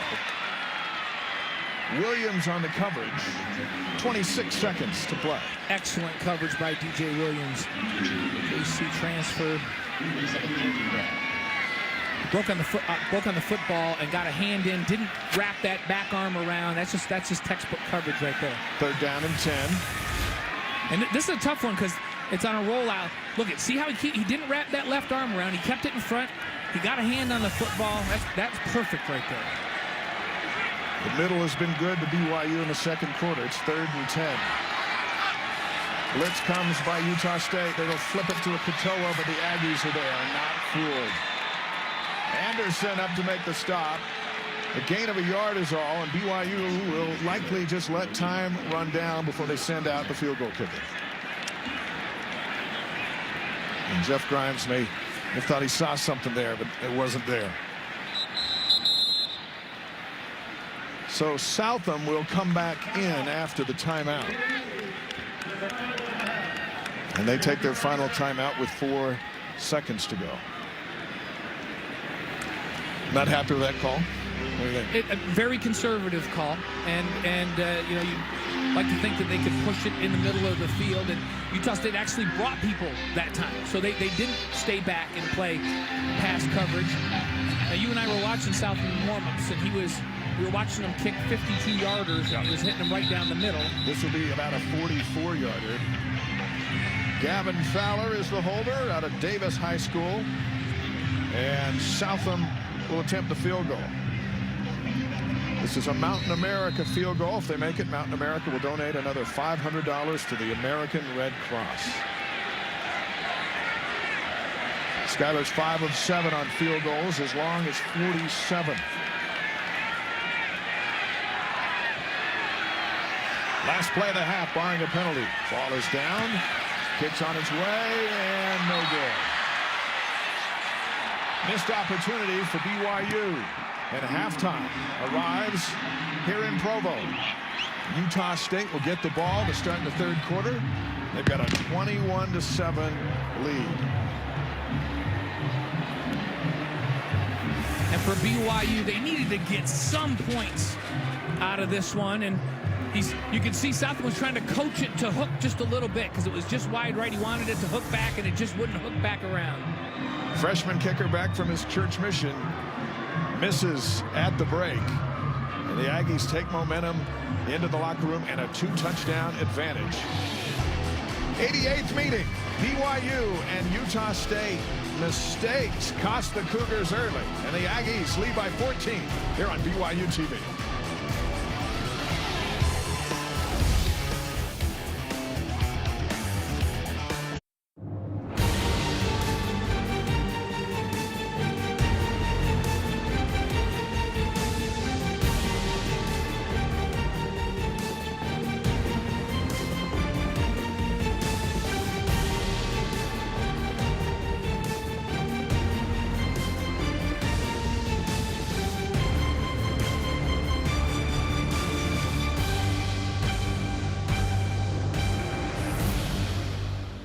Halftime here in Provo. Utah State leading BYU 21-7. The temperature is dropping here at Lavelle Edwards Stadium. Dave McCann, Blaine Fowler. But in those two locker rooms, the temperature's got to be sky high from the head coaches. Matt Wells yelling at his guys because they let BYU back into the game with all those penalties in the second quarter.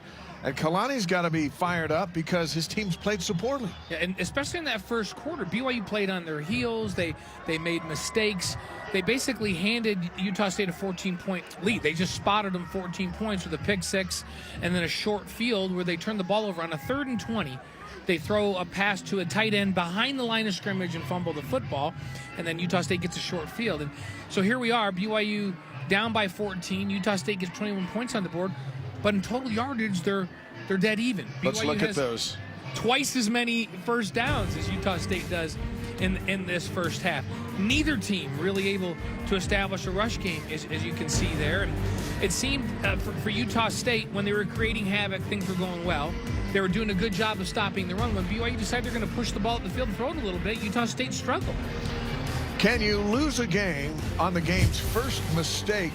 We will see. But this play here on 4th and 1, the game changer in that first half. And wide open on the play was El Bakri on an arrow route. And that ball just needed to be pulled down and let him clear the outside linebacker. And then the Aggies came down. Great play call here where they fake the fly sweep. They roll Love out to the right, and they throw it back to Bright for the touchdown. Here's one of the catches of the night. Tarver pulls it in the back of the end zone. 21-0 before BYU wakes up. And it was when BYU started to throw the football. They threw the ball primarily down the field. They had aided by 3 Utah State defensive penalties, and Katoa gets into the end zone on this arrow pass out of the backfield. All right, what did Kalani Sitake tell the troops at halftime? Well, I'm certain he got into them a little bit about effort level and focus and concentration in that first half. It did seem like once BYU's defense started to gauge the speed of this Utah State offense, that they defended very much better. They had 2 straight drives where they were able to get Utah State off the field. And now they got to kick the football off to Utah State, who's going to get the ball first here to start the half. Corbin Kafusi said this week, this is the most important game of the season. As you start October with that September tough schedule behind you, these are games you have to win.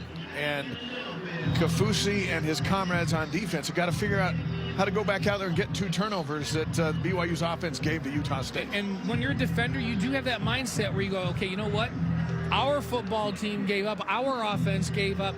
So now it's our job to go out and get the football back and match those turnovers. And I would expect BYU to throw the ball upfield a little bit more here in the second half. It'll be interesting to see what Utah State does to adjust defensively because they really loaded it up and played downhill against the run in that first half. And it wasn't until late in the second quarter that BYU started to attack them with the throw game. The impact players, 2 quarterbacks. Love had a very good first quarter, and Tanner with a much better second quarter. At 10 of 15 for Jordan Love. The 2 touchdowns is big. We saw the highlight of the throw to Bright, and then his throw inside on that slant route to Tarver was a beautiful throw. And then Tanner Mangum, the last 2 drives looked very efficient throwing the football, getting the ball downfield and putting pressure on that Utah State defense. Over the last 19 meetings, Utah State just 3-5 against BYU when leading at halftime, and they lead it 21-7. And the Aggies will get the ball to start the third quarter. Elisa Tuiaki had to have gotten into his defense to wake them up to start the second half. Yeah, and I thought that BYU's defense played much better the last 2 drives. Now adjustment time happens. So what did Utah State talk about in that locker room on offense that they can do differently because they stalled out their last 2 drives? And you know, for BYU, I just felt like the last couple drives, Tuiaki's defense gauged the speed a little bit better, played the edge a little bit better, and they weren't allowing quite so much space out there.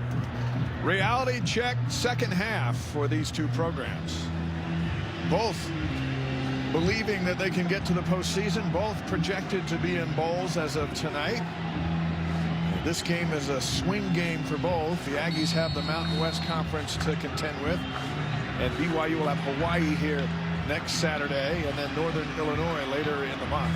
But this is a big one, and that makes these next 2 quarters all the more important. Mickelson picks it off, and Bright is deep for Utah State. A yard in, thinks about it, and then brings it out, and is chased out at the 19. Well, it's when you hesitate for a second like that, the best thing to do is just kneel down. And he's fortunate he didn't get tackled at the 12-yard line. He broke a tackle and got out to the 20. If you're thinking about not bringing it out, don't bring it out. Those are words to live by. Sawyer Powell got him out of bounds.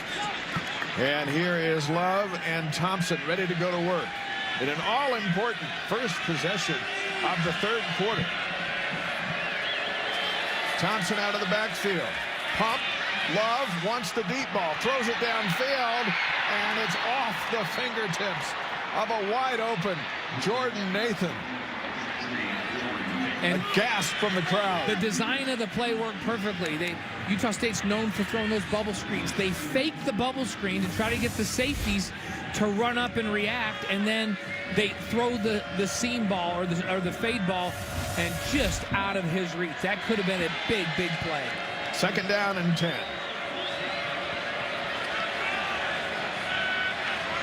Good total yards, each at 136.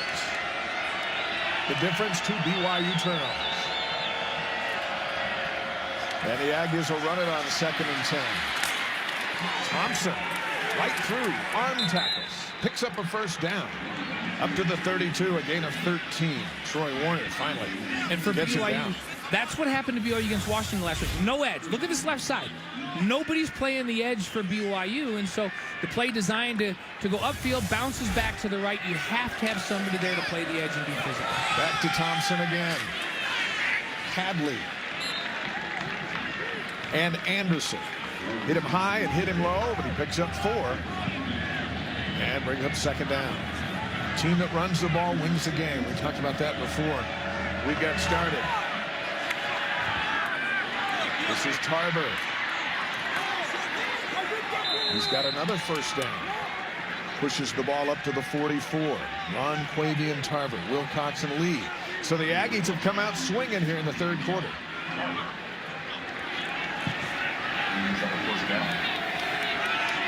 The offense has played mistake-free football, with the exception of that drop bomb a few minutes ago.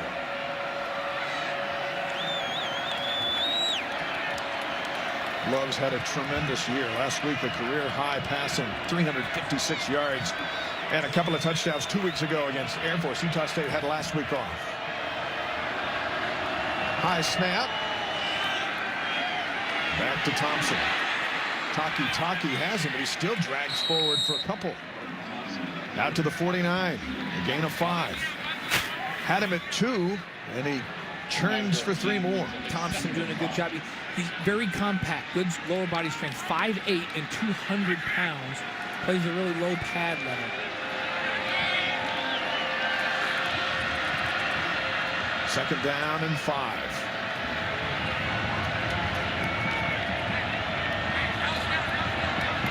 Second straight week we've seen a BYU defense that hasn't been very aggressive.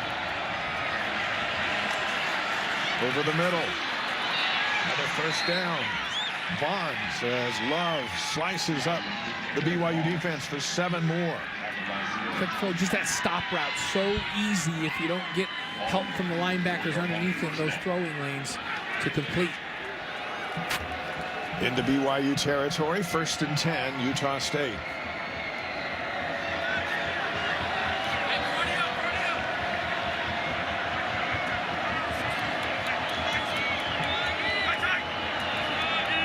Quinn Ficklin, the center, hands the ball back to Love. Big play. The Aggies have been doing it all season.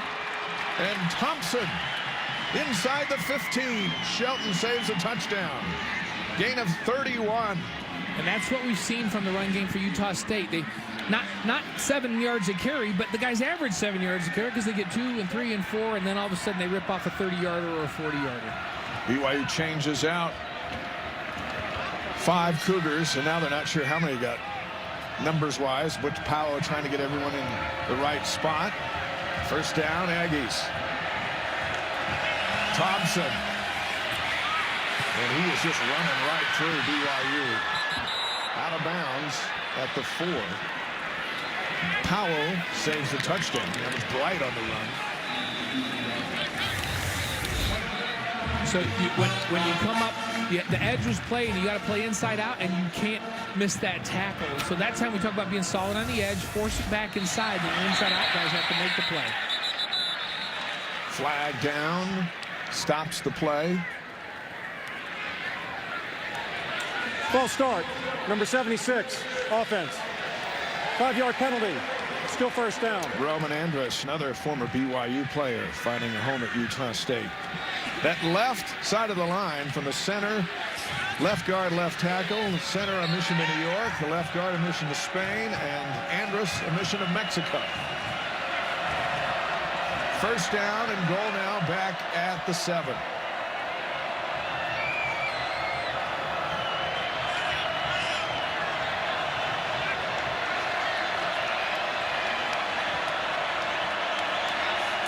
Love.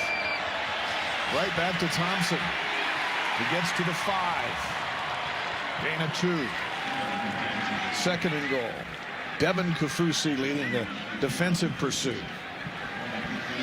Younger brother of Corbin.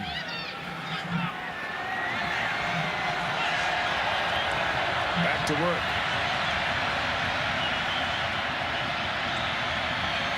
Doing the yard on that play, so it's second down and goal from the 6.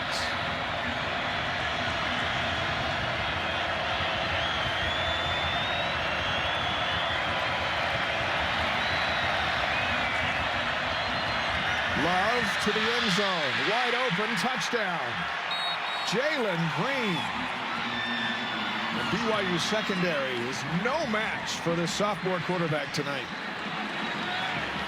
Similar to the slant touchdown thrown to Tarver earlier. Play action. So play it holds the linebacker. So now you have no underneath help. And you just have to rely on your corners to be really good in man coverage. And you saw Kafusi dropping Isaiah Kafusi to get in the throwing lane, but not able to locate where that receiver is and get in that passing lane. And the corner was playing with outside leverage like he had help inside, and that help just wasn't there. Eberle back on to stay perfect in his Utah State career. Ball's down. And he's true. Flags down. BYU is offsides.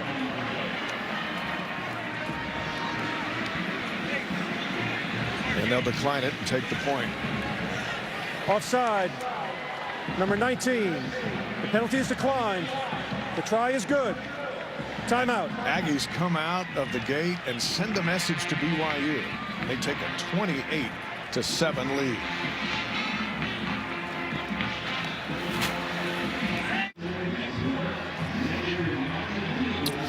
Well, that is one unhappy man. Kalani Sitake looked up at the scoreboard, sees it 28-7. As Utah State takes that kickoff to start the third quarter, they march right down the field. Blaine throw this touchdown and retake command of this football game. Look at that drive. Just a really good throw, a 10-play drive, 81 yards. Play action, confident throw, receivers that are getting open. And to stop a slant, you either have to play inside leverage on the corner and just take it away. If you're playing outside of the receiver, then you have to have the linebackers underneath in coverage to take it away. And that one looked like the corner's playing outside, and the backers went too wide and allowed a beautiful throwing lane. Boy, this Utah State team is very good. We've watched them all season long. On those quick slants, Love is on the money. 18 starters back from last year, among the most in all of college football. This is Hefo around the corner. Flag comes in. This flag sailed 25 yards through the air. 29-yard return, but it's going to come back. And BYU's struggling to get out of its own way here in this football game. During the return, holding number 41 on the return team. Half the distance to the goal line. First down. Utah State hammered BYU and Logan last year for 7 turnovers, and here tonight they've forced 2. BYU hasn't forced any, and up to this point they put a beat down on BYU again. And average starting field position in this game continues to be difficult for BYU. When they did get their score, they had to drive a long field, and they'll start again on their own 10-yard line after the penalty. Mangum's going to throw it on first down.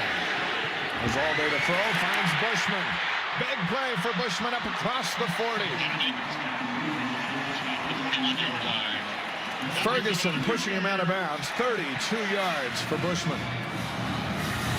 Maybe Bushman needs to get the ball more often. Well, and BYU's done a pretty good job in pass protection for Tanner Mangum. He's back there as a pocket that stays solid for a long time, allowing Bushman to run up the field and get on open on that corner route. Out to the 42. Katoa continues at running back. Haven't seen Squally since he hobbled off. Blitz comes. Protection all day for Mangum. Now he's on the move. Throws it for Holker. Holker leads him out of bounds. Protection could not have been better for Mangum on that play. All day long to get the ball out, and that's what we're talking about. BYU's been, that's one area they've been solid in this game is pass protection, but got to get guys open, you got to put the ball on. Hawker has a fumble tonight, and there that ball kind of carried him out of bounds for an incompletion. Second down.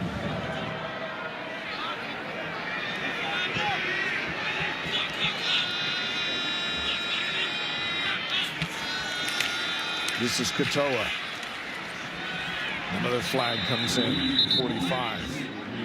Aggies are pointing at BYU. It's a 3-yard run for Katoa.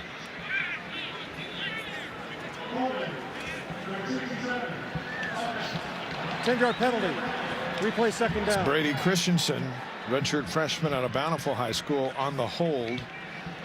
And that'll back the Cougars up to the 32. They need to get to the Aggie 47. And BYU this season, when they've been 2nd and 20, even 1st and 20, that's been a difficult thing to come back from. BYU's played this game tonight like it's their season opener, not the October opener. Turnovers, penalties, mistakes, and they're working a big deficit. Second down. Mangum over the middle. Dax Milne. He lost his head on that play. He holds on to the ball. Gain of 6. Well, that brings up 3rd and long. Cameron Haney up to make the tackle. Haney's a junior out of Los Angeles. See a lot of California and Florida players on this Utah State roster.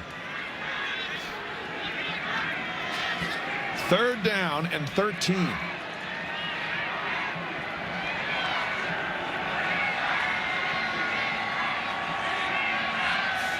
The 3-man rush for Utah State. All day to throw. Mangan throws incomplete. Hifo was the closest to the ball. No one with a shot, and the punting unit comes in, and the crowd is... They got impatient the first quarter. They're getting close to just being fed up. Now, and BYU, with that 2nd and 20, they just get 6 yards on that 2nd down, so it leaves them with just such a long distance to get there on 3rd down, and they've not been real effective throwing the ball 14, 15 yards downfield. Jones kicks it with his left foot. This is Nathan.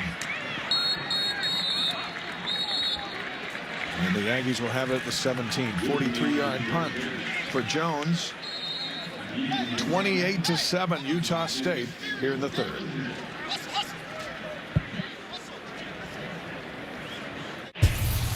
Let's go back to another time. These two head coaches played against each other on this field. Matt Wells threw for 218 yards. Kalani Sitake had 8 rushes for 40 yards with a long run of 14. Here comes Sitake. BYU won this one 34-6.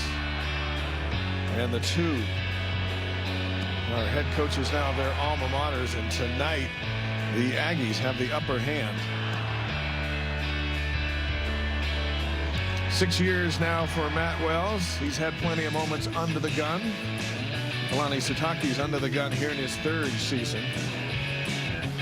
And he's got a 28-7 deficit here midway through the 3rd quarter in this battle for the wagon wheel. But Jordan Love has been a cool customer, this redshirt sophomore. We talked about BYU's need to rattle him, hit him, shake him early. They haven't done that, and he's settled in quite nicely. Now the end around. This is Bonds. He's still going. Kafusi finally tackles him, the defensive end. All the way downfield, 36 yards. And look at Utah State. They're right back on the line of scrimmage for more, playing with pace, and just have BYU on their heels completely. Now they step back. And BYU just looks lost on defense.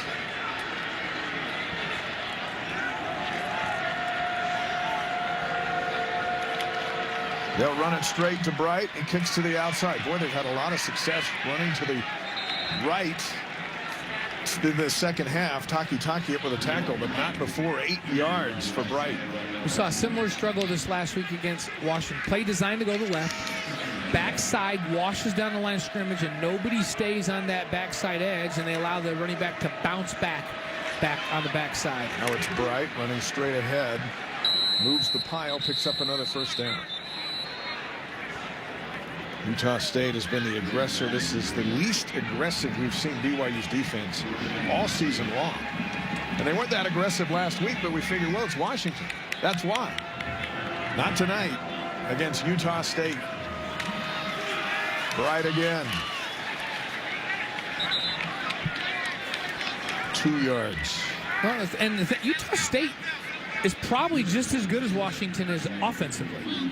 They're a completely different type of team. They're very dynamic. They're the top 5 in the country in a lot of categories offensively. But defensively, they haven't been great. BYU hasn't been able to move the ball. Blitz comes, tipped up and away. Shelton got back to defend it. Take finally getting some pressure on Jordan Love. That'll bring up 3rd down and 7. BYU's going to stay in this game. Plays like this one, 3rd and 7, are a must.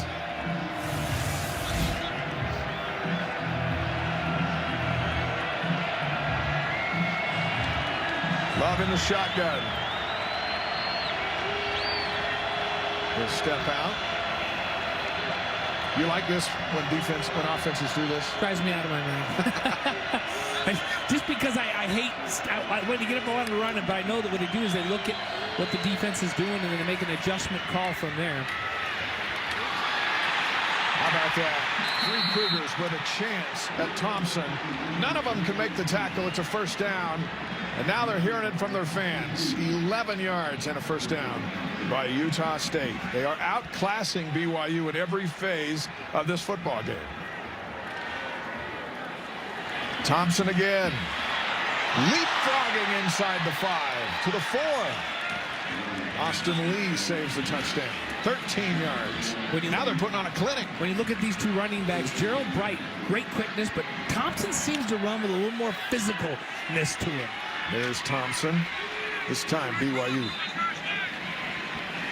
cuts him down. Gain of 2. This a moment ago is whoop. Right over Troy Warner.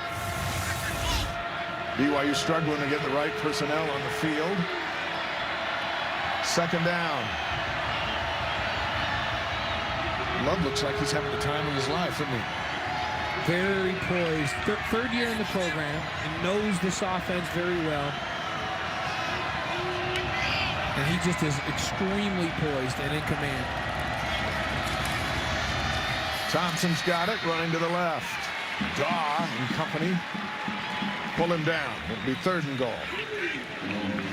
You mentioned all these returning starters for Utah State coming back. And during fall camp, as everybody was watching this team kind of unfold, everybody felt like this could be the best offense Utah State's had in a long, long time. They've proven that through the first month of the year, and they're looking every bit the part here in this ball game offensively. They've scored 30 or more points in each of their first 4 games. That's a school record. And they're a touchdown away from getting back into the 30s again tonight. Lob to the end zone. You get a foot down, he did. Touchdown to Tarver. And this beatdown continues. It's 34-7. And Tarver, he's the perfect target for this. At 6'3" and 215 pounds, big guy. You just throw the fade out on the outside. You see him getting college football. You only have to get 1 foot down. He gets the right foot down. Right there inside that line for the touchdown. Mandel, without looking back, had no chance. 4th touchdown pass of the game. A career best for Jordan Love.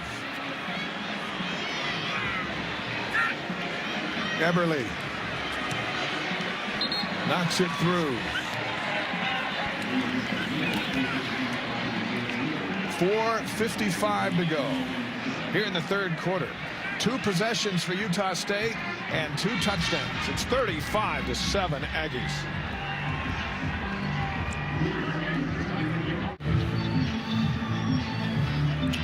(35-7) Utah State. BYU has not been able to handle Jordan Love. Big run round the corner. And the Aggies had big plays all season long. This is the biggest tonight as Aaron Vaughns gets into BYU territory. Big missed tackle here on 3rd down. Would have forced at least a field goal try, but Thompson runs through everybody. And then Tarver in the end zone making it look easy. And Love with a career-high 4 touchdowns. 2 weeks ago tonight, Blaine, BYU was ranked 20th in the country. They've since been defeated, or at least outscored, 70-14 in 2 games. And Utah State is doing what Washington did to BYU last week, but the final score was 35-7. We're in the 3rd quarter. Washington, very, very different offensively, more deliberate, run-based, augmented with a pass. Utah State's a wide open, get it out there. They've been scoring 50 points a game. It's a completely different challenge, and BYU now on their heels. And Utah State's defense has played better than advertised. The offense has outshined them all season long, but their defense has held BYU to 7 points so far here in Provo. And to their credit, and the Cougars will have it at the 25-yard line.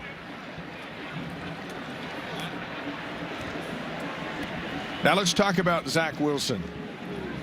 It's 35-7. You have some games where you can use him to get experience. You can play him up to 4 games if you want to without burning a red shirt for him. But I think Kalanistoki wants to see if they can get some quick scores in here and not say, hey, with 4:55 left in the game, there's no chance to come back in this thing. And you're assuming that Mangum can do that.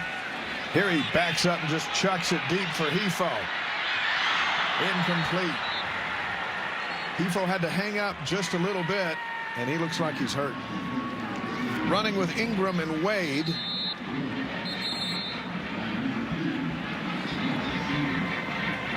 Not sure he knows where he is. It's a tough kid, Levi Hefo.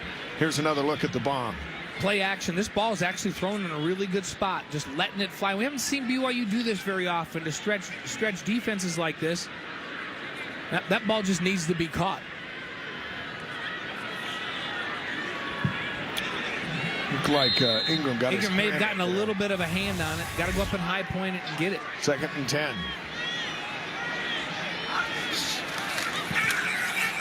Pressure comes. Rolls to his right. Mangum chucks it downfield again. This is Shumway to the 29. Just let it fly. Is that what you're talking about during That's the what break? I'm saying. Just let it go. 46 yards. Put the pressure on the back end, and because right now you're in a position where it's like 2-minute offense for the rest of the game if you have any chance, and you've got to try to stretch this defense out and make big plays. 29-yard line. Katoa. That's a 46-yard play. Longest pass play of the year from Mangum. Now Katoa in the backfield. He's got the pitch. Runs with a little more steam. Gets inside the 25. Down to the 24. 5-yard run for Katoa. Squally Canada was such a difference maker in that win at Arizona and at Wisconsin, but we haven't seen him since the second quarter. He's been banged up, and he was banged up last week at Washington and ineffective because of the injuries. Simon in motion. And Mangum backs out. He's got Holker and Bushman in at tight ends. Back to pass. Lobs it for Bushman. Flag comes out in the end zone. And another penalty on the Aggie defense. Bushman was well covered, but there was contact in the end zone. Defense. 15-yard penalty. Automatic first down. That's Aaron Wade. So when BYU's pushed the ball upfield and gone vertical with it, it's resulted in good things. It's either been penalties on the Utah State defense under pressure, and you see the contact there long before the ball got there by Wade.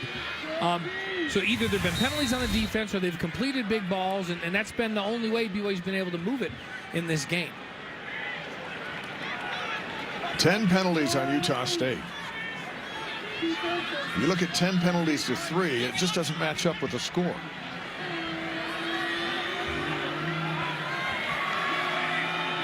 Now Mangum in the shotgun, 1st and goal at the 9-yard line. Tanner back to pass, throws to Shumway at the goal line. Well defended and incomplete. Ingram on the coverage.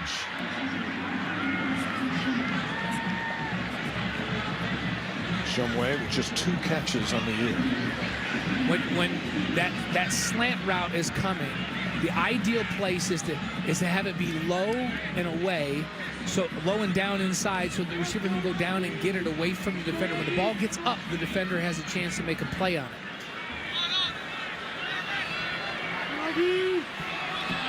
2nd and goal. Freshman Milne at the bottom of your screen.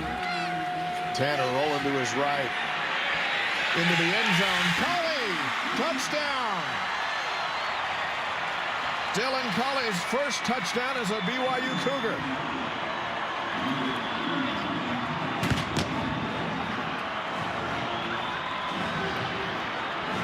Colley was here, transferred to Hawaii, earned his degree, had a year of eligibility, and came back.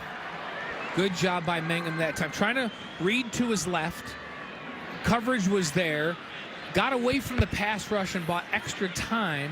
by getting out to the right and making a play with his feet before he made a play with his arm. Good play by Tanner Mangum. Southam to attempt the extra point.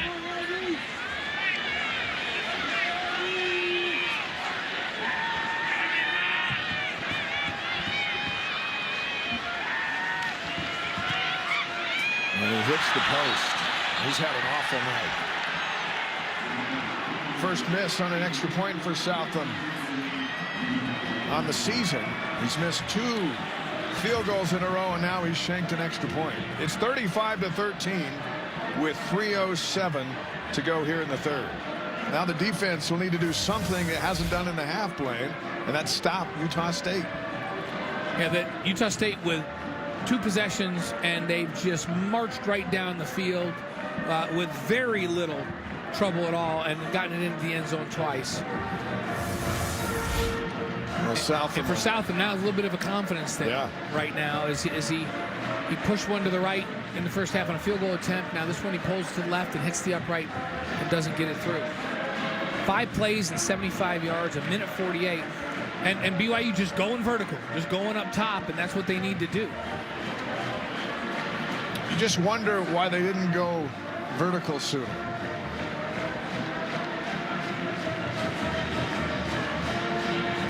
Matt Wells, eager to get his offense back out on the field.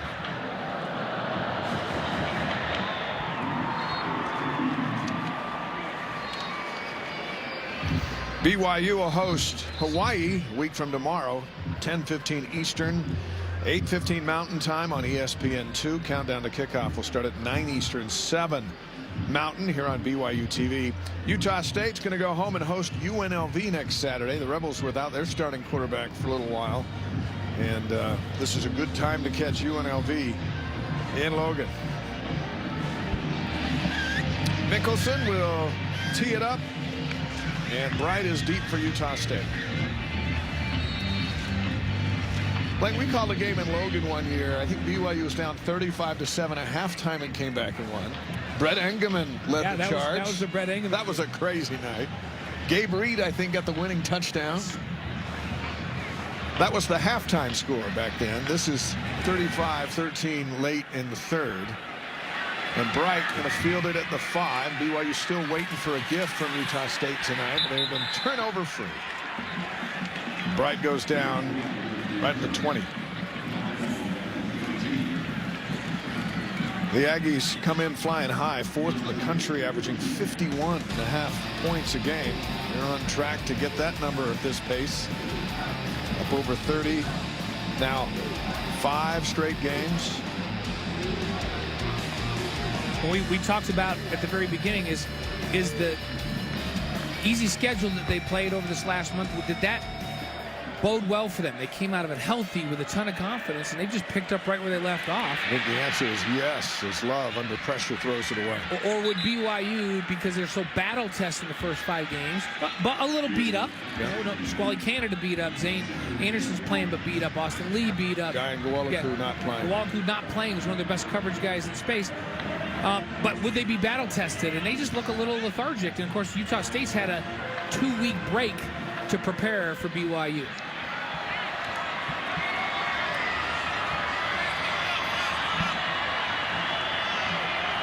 .256 to go here in the third.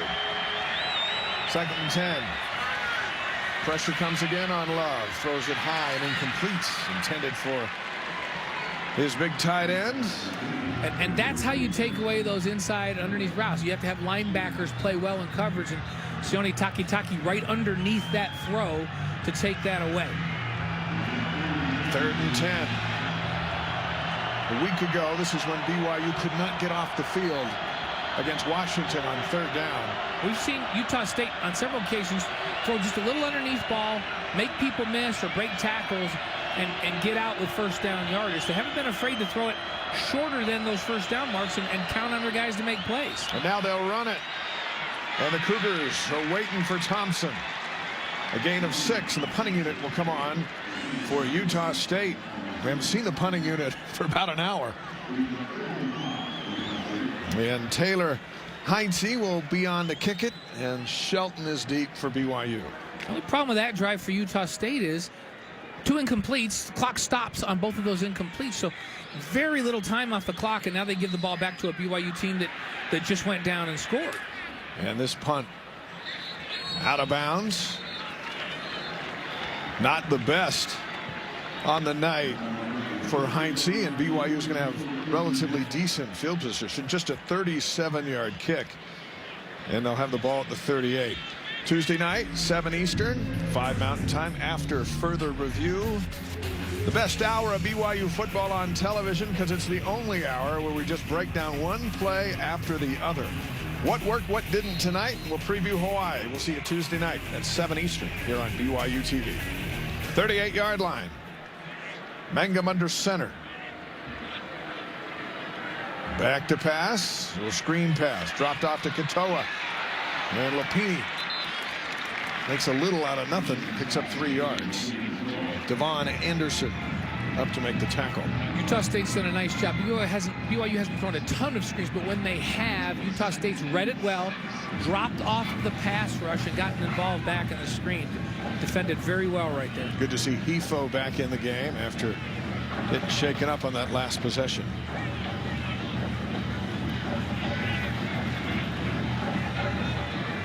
Second down and 7. Here's Colley in motion.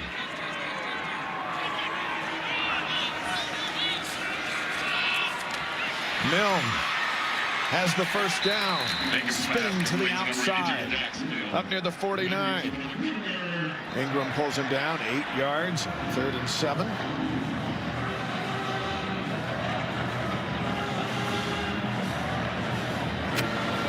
Mangum 217, over 6,000 now for his career. He's right behind Taysom Hill. Passing yards. And if you're BYU, you want to make sure you get things right, but you got to have a little bit of a sense of urgency right now when you're down this much. If they could get a score here right at the end of the quarter, or just as they go into the next quarter and get this thing down to 15 or 14 points, they have some momentum and they're in pretty good shape, but they can't just be so slow and methodical. Blitz comes, Mangum gets away from it, throws away. Had Bushman wide open, but running for his life, chucks the ball out of bounds. And Bushman was open, but I think at that point, Mangum was just like, I got to avoid the loss here and get it out. It was a really good play just to avoid the sack and get it out and get back to the line of scrimmage and stop that clock. Unga providing the pressure. Well, Bushman's thinking, man, if he had another half a second. Touchdown. Nobody was on me back here. 2nd and 10.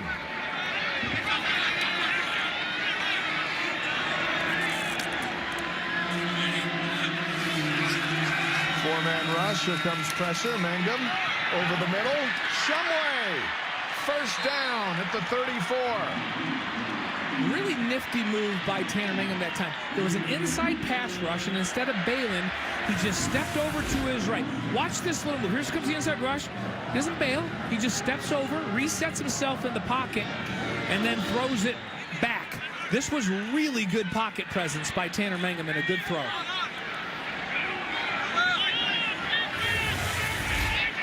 .34-yard line. Let it fly has been the theme of the second half, much to the delight of Blaine Fowler. Mangum lets it fly to the end zone. Incomplete. Intended for Shumway. Shumway became the defender on that one. Make sure DJ Williams couldn't pick it off. If I had Shumway one-on-one out there, as big as he is, it's the same thing as Ron Quavy and Tarver on the other side. Big guys that can go in jump balls. And if they're one-on-one, that's worth taking a shot. Put it in a position where only your guy can go get it. 6 seconds to go here in the 3rd. 2nd and 10.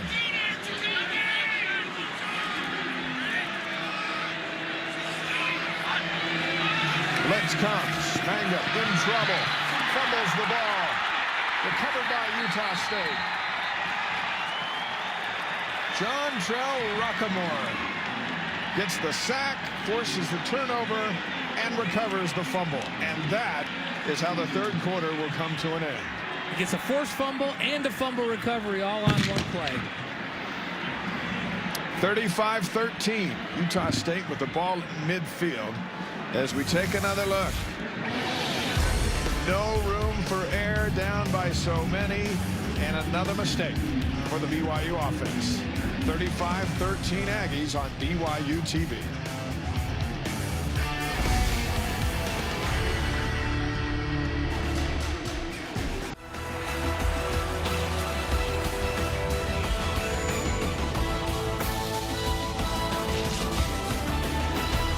We talked about it all week. Turnovers determine these rivalry games. And in the last 7 quarters, BYU has turned the ball over 10 times against these Aggies. Yeah, you cannot win a football game -3 in turnover margin. And in that first half, especially, where it led directly to 14 points. And we'll see if this one leads to points as well. And BYU was in a position where they go down and score there right toward the close of the third with a bunch of momentum and go down by 14 or 15. All of a sudden, this is a ball game. And that is just a devastating turnover there on the fumble by Mangum. So right near midfield, the Aggies are back to work. We were talking about this Utah State offense. Where they've done their damage tonight is running the football. So much said about their passing attack, but they have dominated on the ground. Meanwhile, BYU has 14 carries for 14 yards. Remember, we talked about keys for Utah State. Hold BYU to under 4 yards a carry. Well, how about 1 yard a carry? Love winds up and throws deep. Out of bounds. 1 yard per carry, and on the other side of it, 27 rushing attempts and 179 yards for Utah State. It's a big-time effort. A lot of it has been that cutback where they start to the left and bounce it back, and BYU hasn't been there on that backside edge in this football game. 3rd and 7. Another quick drive by Utah State with the incompletions. BYU has been miserable on 3rd downs, 1 for 7. That's not allowed them to continue drives. And 3 turnovers. 3 of 8 on 3rd down for Utah State in this game. Love complete on 3rd down to make it look easy. Green to the BYU 32. And another 1st down. Chris Wilcox on the tackle, 20 yards. For Green. And typically, Utah State gets it out really quick. They needed more yards that time. Straight drop back, no pressure. Now it's Love again. Down the sideline. Barnes. He stepped out of the 15. Matt Wells encouraging his offense to get back in a position and keep going. They're ready to deliver the knockout punch. He wants him to move while BYU is on their heels here.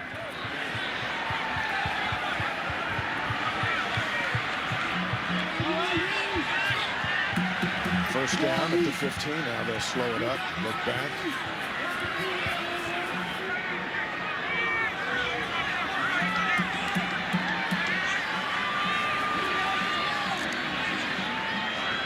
Bonds in motion. And this is Bright. Running at will through the defense. Down to the 9-yard line, a gain of 6. We thought BYU would be tougher up front in this matchup. Tuioti Mariner on the tackle.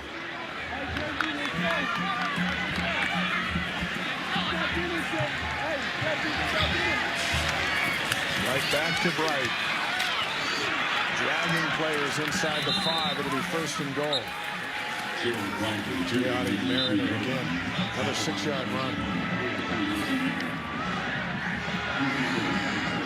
It's a good veteran group, as you mentioned, that left side. A bunch of return missionary guys that have been around a long time for Utah State on that offensive line. Back to Bright. He waits and then continues. Can't get across.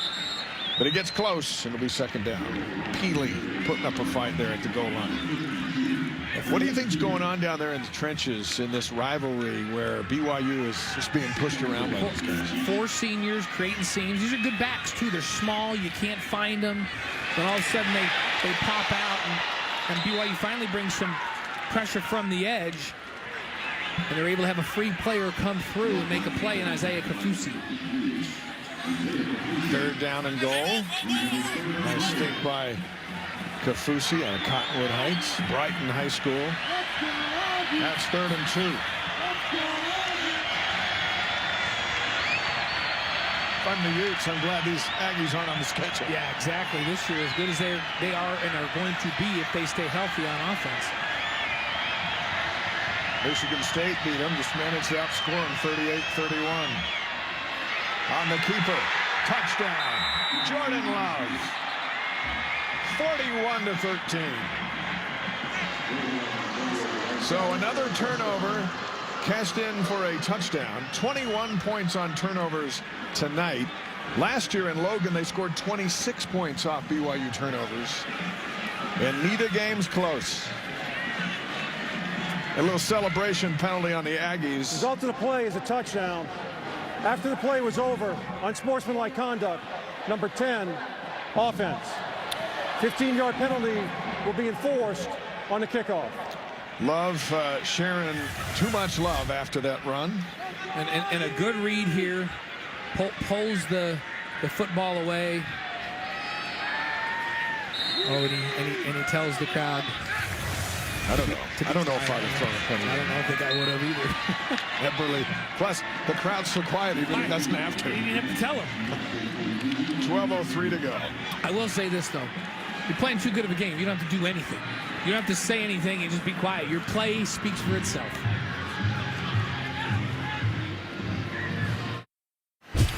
Too many turnovers for BYU. You could say the Cougars lost the game on this turnover in the first quarter. It's 4th and 1, Blaine. They opt to pass it. That's returned for a touchdown. Then Halker fumbles it. That turns into this. Into the third quarter, Mangum fumbles it. And that turns into this. 21 points off 3 turnovers. And that will absolutely kill you. So a pick 6, which is 0 yards of offense, and you give up 7 points. Then they give them the ball at the 50-yard line on that last one, and at the 45-yard line on the one before. So 2 half fields and no field at all to 21 points. That's how you get way behind in a game. That's how you lose momentum, and that's how you lose football games. And as conservative as BYU has been in offensive play calling, you go back to that 4th and 1 early in the game against Cal, when Squally Canada's on the sideline. Bo Hodge gets stuck, doesn't make the first down. Cal goes down, scores, game changes. Then you go back to that 4th and 1. You don't run the football. You try a pass. Mangum's picked off. It's almost like, here's Hefo slicing up to the 35. But Blaine, those 2 plays in those 2 home defeats were huge, and they were early in the game. Yeah, early in the game, and they're game-changing plays early in the game. Let's go down onto the field, and Lauren.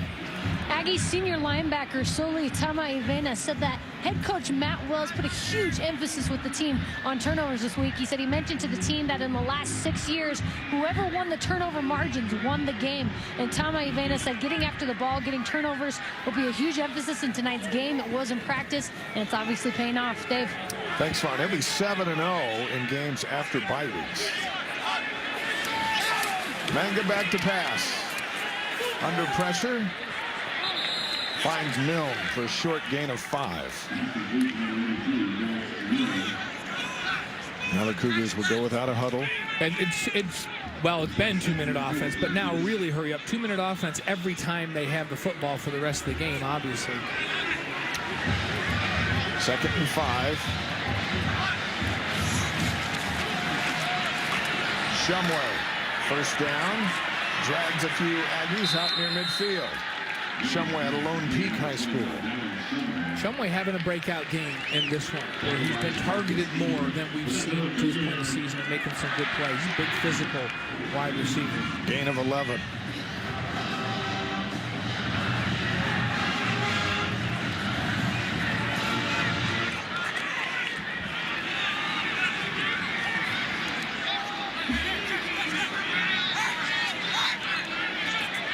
Utah State's a key play or two from being undefeated on the season. They had Michigan State up against the ropes in that season opener in August. Now Mangum under pressure, downfield to Colley. Out of bounds. The momentum of Mangum's body rolling forced that ball to carry a little bit further to the right than he wanted to. And Colley made a good catch on it. There was no way for him to be able to catch that and stay in bounds.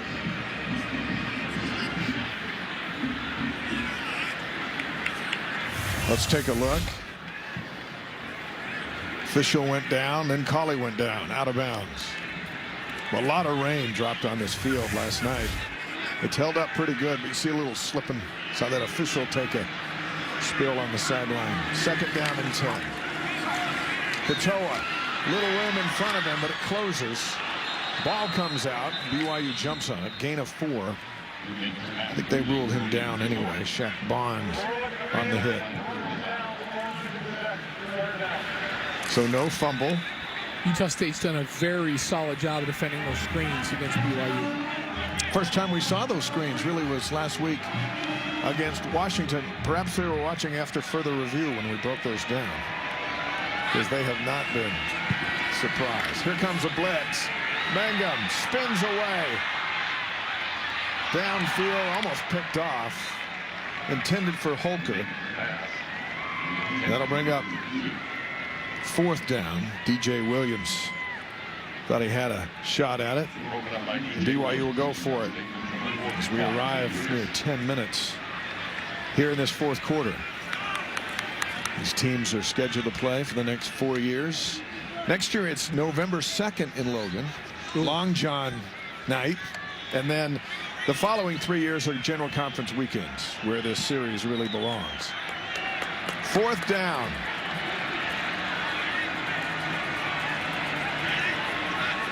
Here comes the blitz. Incomplete. No chance. Mangum got hit. He's asking for some help. He's not going to get it tonight. Aggies take over possession right near midfield. On those kinds of plays, when the blitz is coming, you have to be able to get loose, make a move, and be able to get to the inside and get open for a 1st down.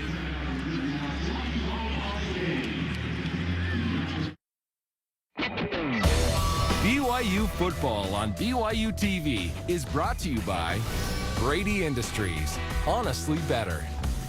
Deseret First Credit Union. Your values, your timeline, your financial future. Tim Daly Nissan. Tim Daly Auto Group, serving Utah since 1968. And by Mountain America Credit Union, guiding you forward.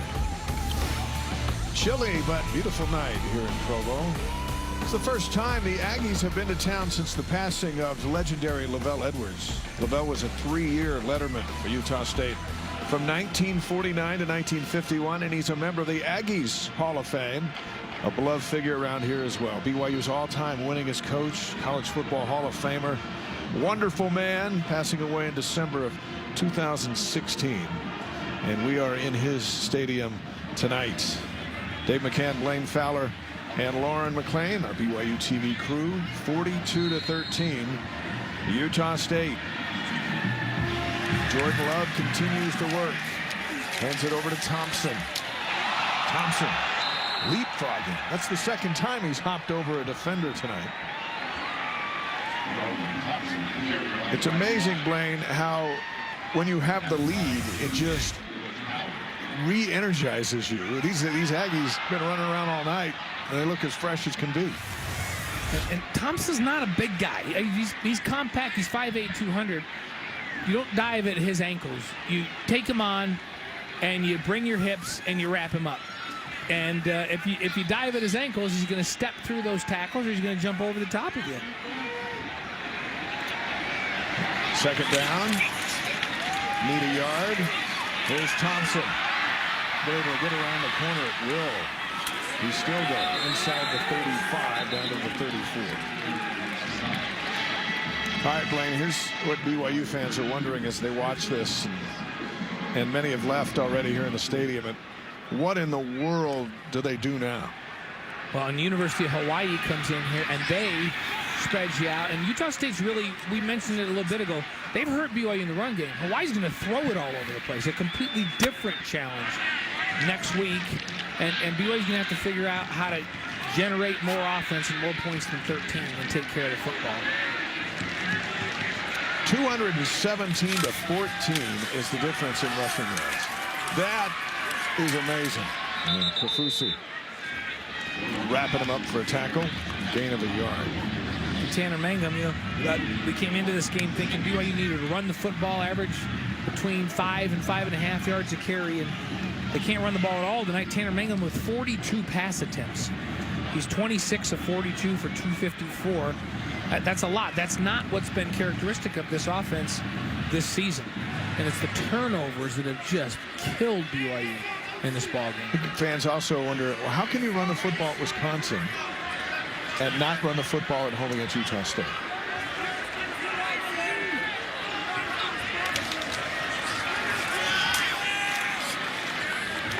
And the debate continues with folks who go, well, you know what the last couple of weeks have told us is Wisconsin was a legitimate upset as opposed to the kind of program turning win. Wisconsin came in and they said, we're going to respect BYU. They're going to come in, they're going to be balanced. We're going to play straight up defense. We're going to defend the pass.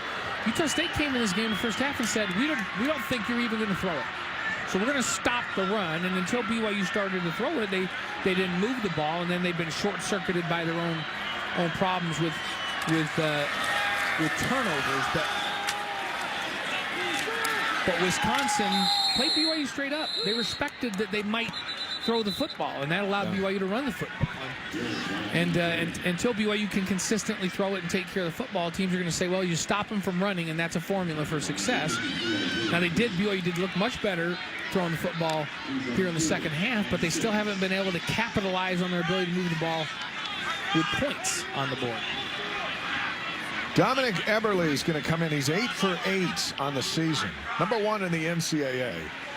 This is going to be about a 47-yard kick. He hit a 51-yarder against New Mexico State.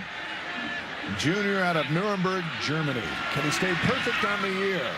On its way. And he's 9 for 9. That was plenty of leg. What a weapon. 45-13. 6:51 to go.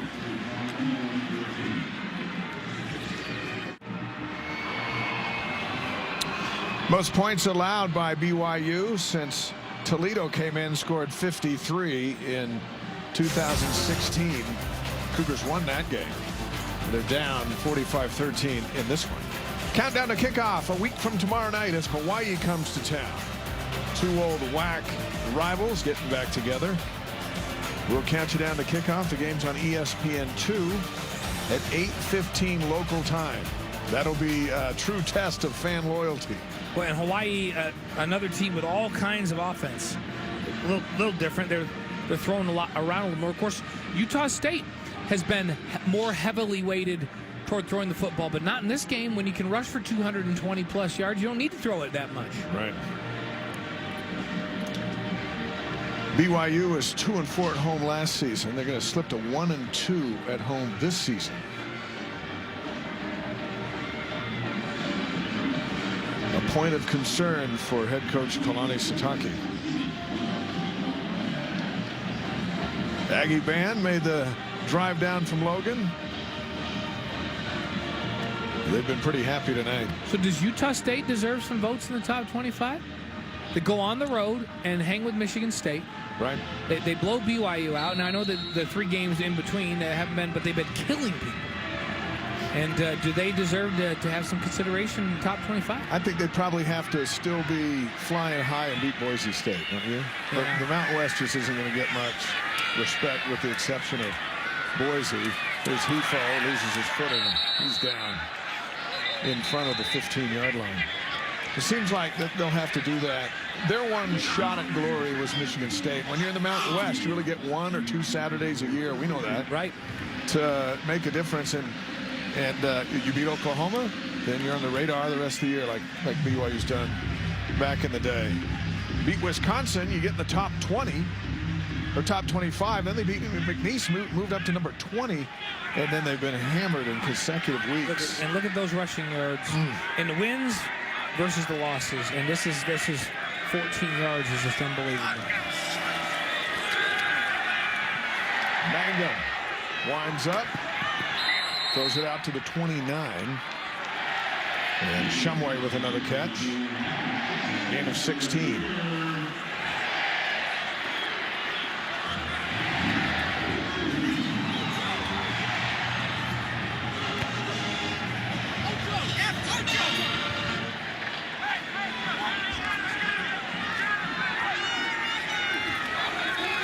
Tanner, pressure coming from behind.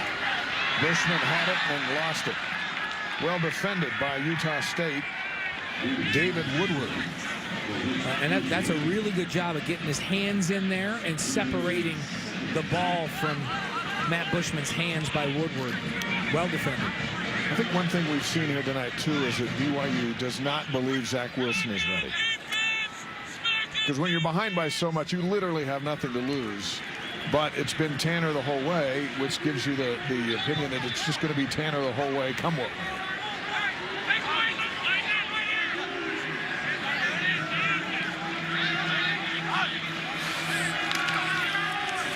This is Colley, dropped it. Had it and dropped it. And it'll be 3rd down and 10. There's Zach Wilson, outstanding freshman out of Corner Canyon High School, but he's as freshman as a freshman is. Although he finished high school early so he could be at BYU, went through spring drills, and pushed Mangum in that battle for the starting job. He's got Bo Hodge next to Wilson. Hodge was a quarterback for a while, and then they moved him to running back. And with the new rules about redshirting, you can get playing time in up to 4 games and still qualify to redshirt. Here comes a blitz. Incomplete on the screen to Katoa. Not much in front of him. Now it's 4th down and 10. If you can complete that ball against the blitz, it's actually a good call. Because all you got to do is get that ball there, and then there's nobody on the other side of the defense. They're all involved in the blitz. That becomes a big play, but you got to be able to get it off. And now BYU's going to punt the football away. There's Nathan. Jones grabs his helmet and mouthpiece. It's the chin strap snap there and ready to take a shot.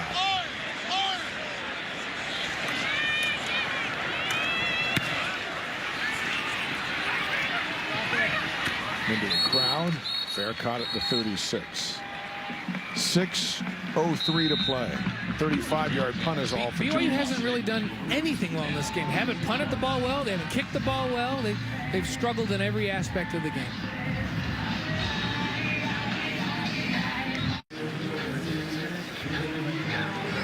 .45-13 Utah State. Take a look at what's ahead for the Aggies. UNLV, Wyoming, New Mexico, Hawaii, and San Jose. Those are 5 straight victories. Maybe Wyoming over in Laramie can give them some trouble, but nobody else in that lineup.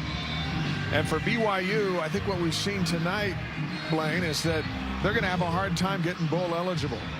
You'd think New Mexico State is just awful. They have a legitimate shot there. They got Utah at the end of the season. They still have Boise State, but Northern Illinois is tough. Northern Illinois is a very good program. Hawaii's feeling very confident offensively right now.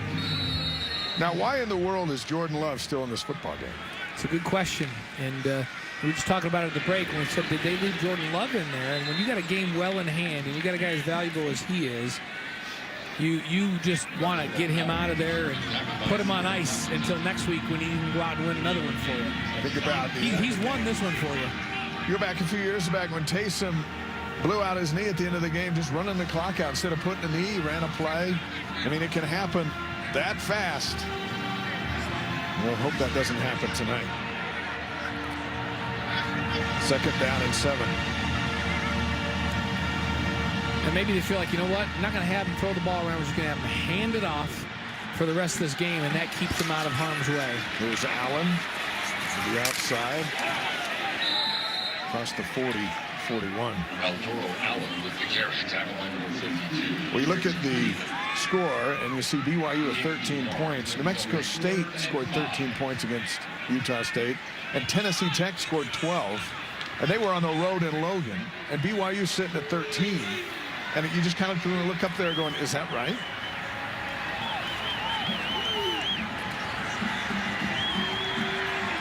And Utah State just working the clock as much as possible with their run game. 3rd down and 5. Love gonna throw it.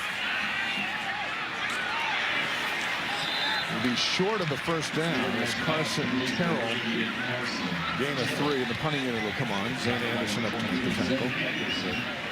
Psychologically, where does this defense go? Because this is arguably their worst night we've seen in a long time. It's absolutely the worst night they've had this season. They've held their own much better in every game this season. This is one where they just have not had an answer, and surprisingly against the run game of Utah State. So they got to go back to the drawing board and be fundamentally more sound. And I felt like they weren't physical enough on the edges against Washington, but Washington's a big, physical, top 10 football team, and I think that was a problem again in this game.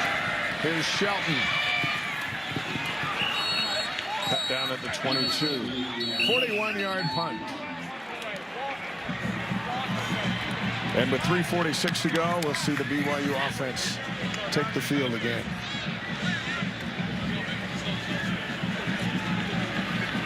Zach Wilson's going to come in. He'll enter the game. We're late in the fourth, down 45-13. And to your point, you're going to get him some experience, and if you're only playing 4 games and still have an opportunity to redshirt, do not get him in a series earlier than this. Right. And just give him a little bit more experience. Every bit of experience for him is good for the future of BYU. Gets to play in 4 games without and still able to redshirt. Out of the backfield and a first down. Matt Bushman, 13 yards. So you got to play in 4 games and then you can still redshirt. He's played in 1. This would be number 2, but 3.5 minutes in number 2. Well, I think you're right. I like seeing the whole fourth quarter. The good news is they're giving him an opportunity to get in the gun and throw the football here in a 2-minute type offense. And we watched him during fall camp. Man, his mechanics are a beautiful thing. Like, he really has great throwing mechanics and good feet. Can get a lot of velocity on the football. Oscar the plate. Still first down. The Costa Cougars 5 on the early movement. So what do you like about Zach's game? You were in fall camp just about every day. Continue that thought. He throws the ball with a lot of confidence, a lot of velocity, very accurate, and he's not afraid to give it out. He gets it out on time. The only thing is he's young, and so he doesn't make great decisions every time, but also you see some athleticism here from him. Wilson dives down to the 42. Brings a yell out of the fans that are left. 26-yard run for Zach Wilson. Really good athlete with a live arm. Now the Cougars get up in position. They wait for the chains to get reset.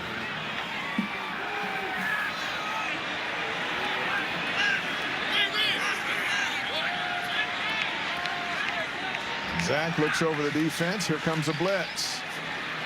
Wilson throws to Milne, and Milne drops it. Would have had a first down. And that's a throw on the money in a perfect spot that has to be caught. So many drops. And drops have been a bit of a problem all season long for BYU. And Milne comes out of the game. Cougars were much more disciplined in the earlier part of the season than we've seen in the last couple of weeks. Wilson lobs it downfield for Shumway. Flag should come out, and there it is. Deontay Fortenberry with the penalty, trying to deal with Shumway downfield. Best offense for BYU all game long has been just go vertical, throw it up. Pass interference. Number 27, defense. DBs will panic. Penalty. Automatic first down. Yeah, they'll panic, they'll hold you, or they'll tackle you. And this has been BYU's best offense. Look at that. There's the hug. And when that receiver starts to slow up and gather, then you have to gather, get into the receiver, and turn around and play the football. Zach again. Throws it behind Shumway. And there's the catch of the night. I'm telling you what, Shumway, we've been waiting for a breakout game for Talon Shumway, and this is, man, if there's any bright spot in this game, it's the play of 21 in this ball game. He has been really good. Back shoulder throw. Wow. That is a catch. Talon Shumway with a busy night. 5 catches for 110 yards. Now first and goal, BYU. Another blitz comes. Zach tries to run through it, can't do it. To Utah State's credit, They're blitzing. Oh, yeah. They're coming after They're not playing prevent. They're playing No. their normal base defense and bringing a variety of blitzes and coming after the young guy. It's a good education for Zach, because they'll be back together up in Logan November 2nd of next year.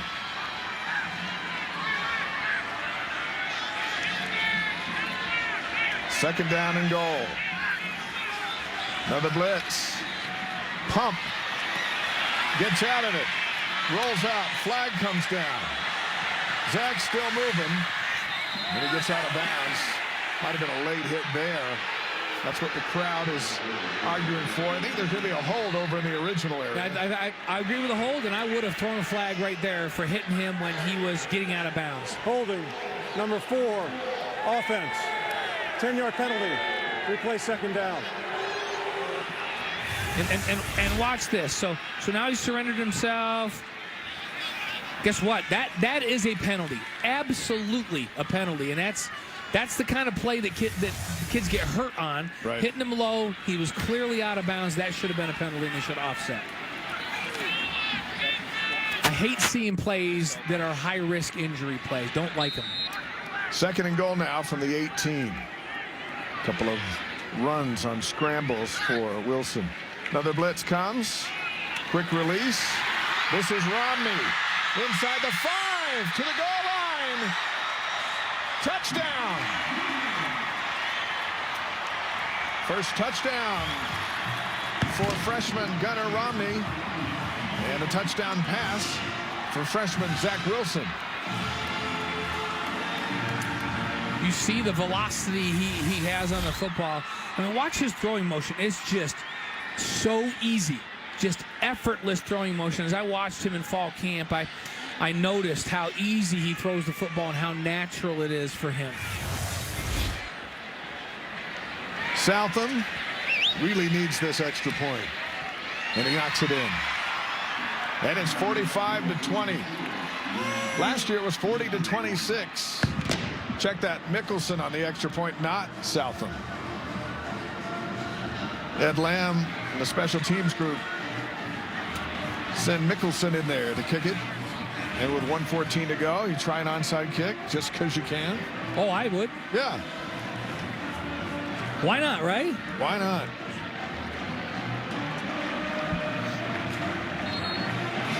Nice drive by Wilson, helped out by another defensive penalty, but you just at least get a little glimpse of what he brings. of the future. And you know, the primary reason after fall camp to go with Tanner Mangum was because they just felt like with the experience, he'd do a better job of taking care of the ball. And in some of these big games, Tanner's been great. Like even last week in a loss, he really took care of the football. Did a great job at Wisconsin. But in this football game, they haven't taken care of the football. You know, and an interception for a pick six, a fumble, and then on a 3rd and 20, they throw a ball at the line of scrimmage to a tight end. They turn the ball over and they give him a short field on that one. Just too many mistakes for BYU, especially early, to hang in this one. This is Southam as the Cougars are trying an onside kick.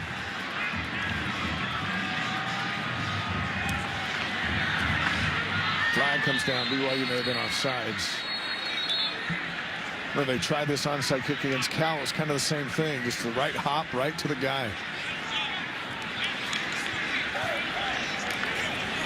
Offside, number 90 on the kicking team.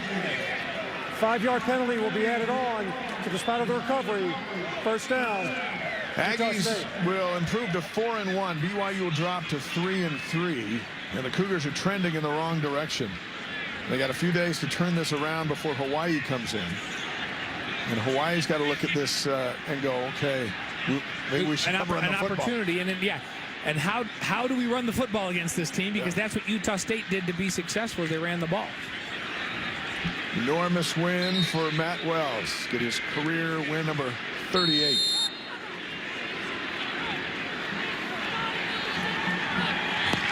And Love stays in the quarterback. Well, I think they're just going to kneel on it, and so that's okay. That's okay for him to go out and do that. If they're going to run regular plays, I'm going to go get him out of the game and protect him. He is too valuable, but for victory formation, he's perfectly capable of doing that without getting hurt.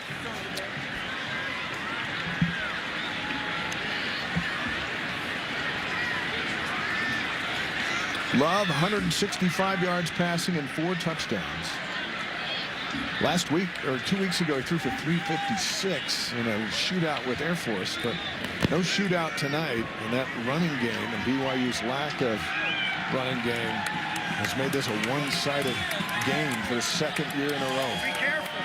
And the Aggies will win back-to-back in this series for the first time since 1973 and 74.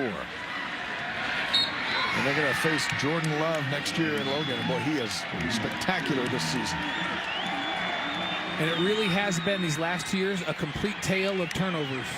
And as Matt Wells told his team in preparation these last couple weeks, the team that wins the turnover battle wins the football game typically. And he was right on that one for certain. And the old wagon wheel will stay in possession of Utah State, deservedly so, as they have come into Provo and they have blown out BYU 45-20.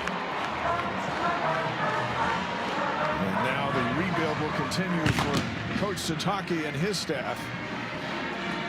2 steps forward after a giant, 2 steps backwards after a giant step forward with that win at Wisconsin, and now back-to-back blowouts to Washington and Utah State. We'll break it all down Tuesday night. Final score, 45-20 Aggies.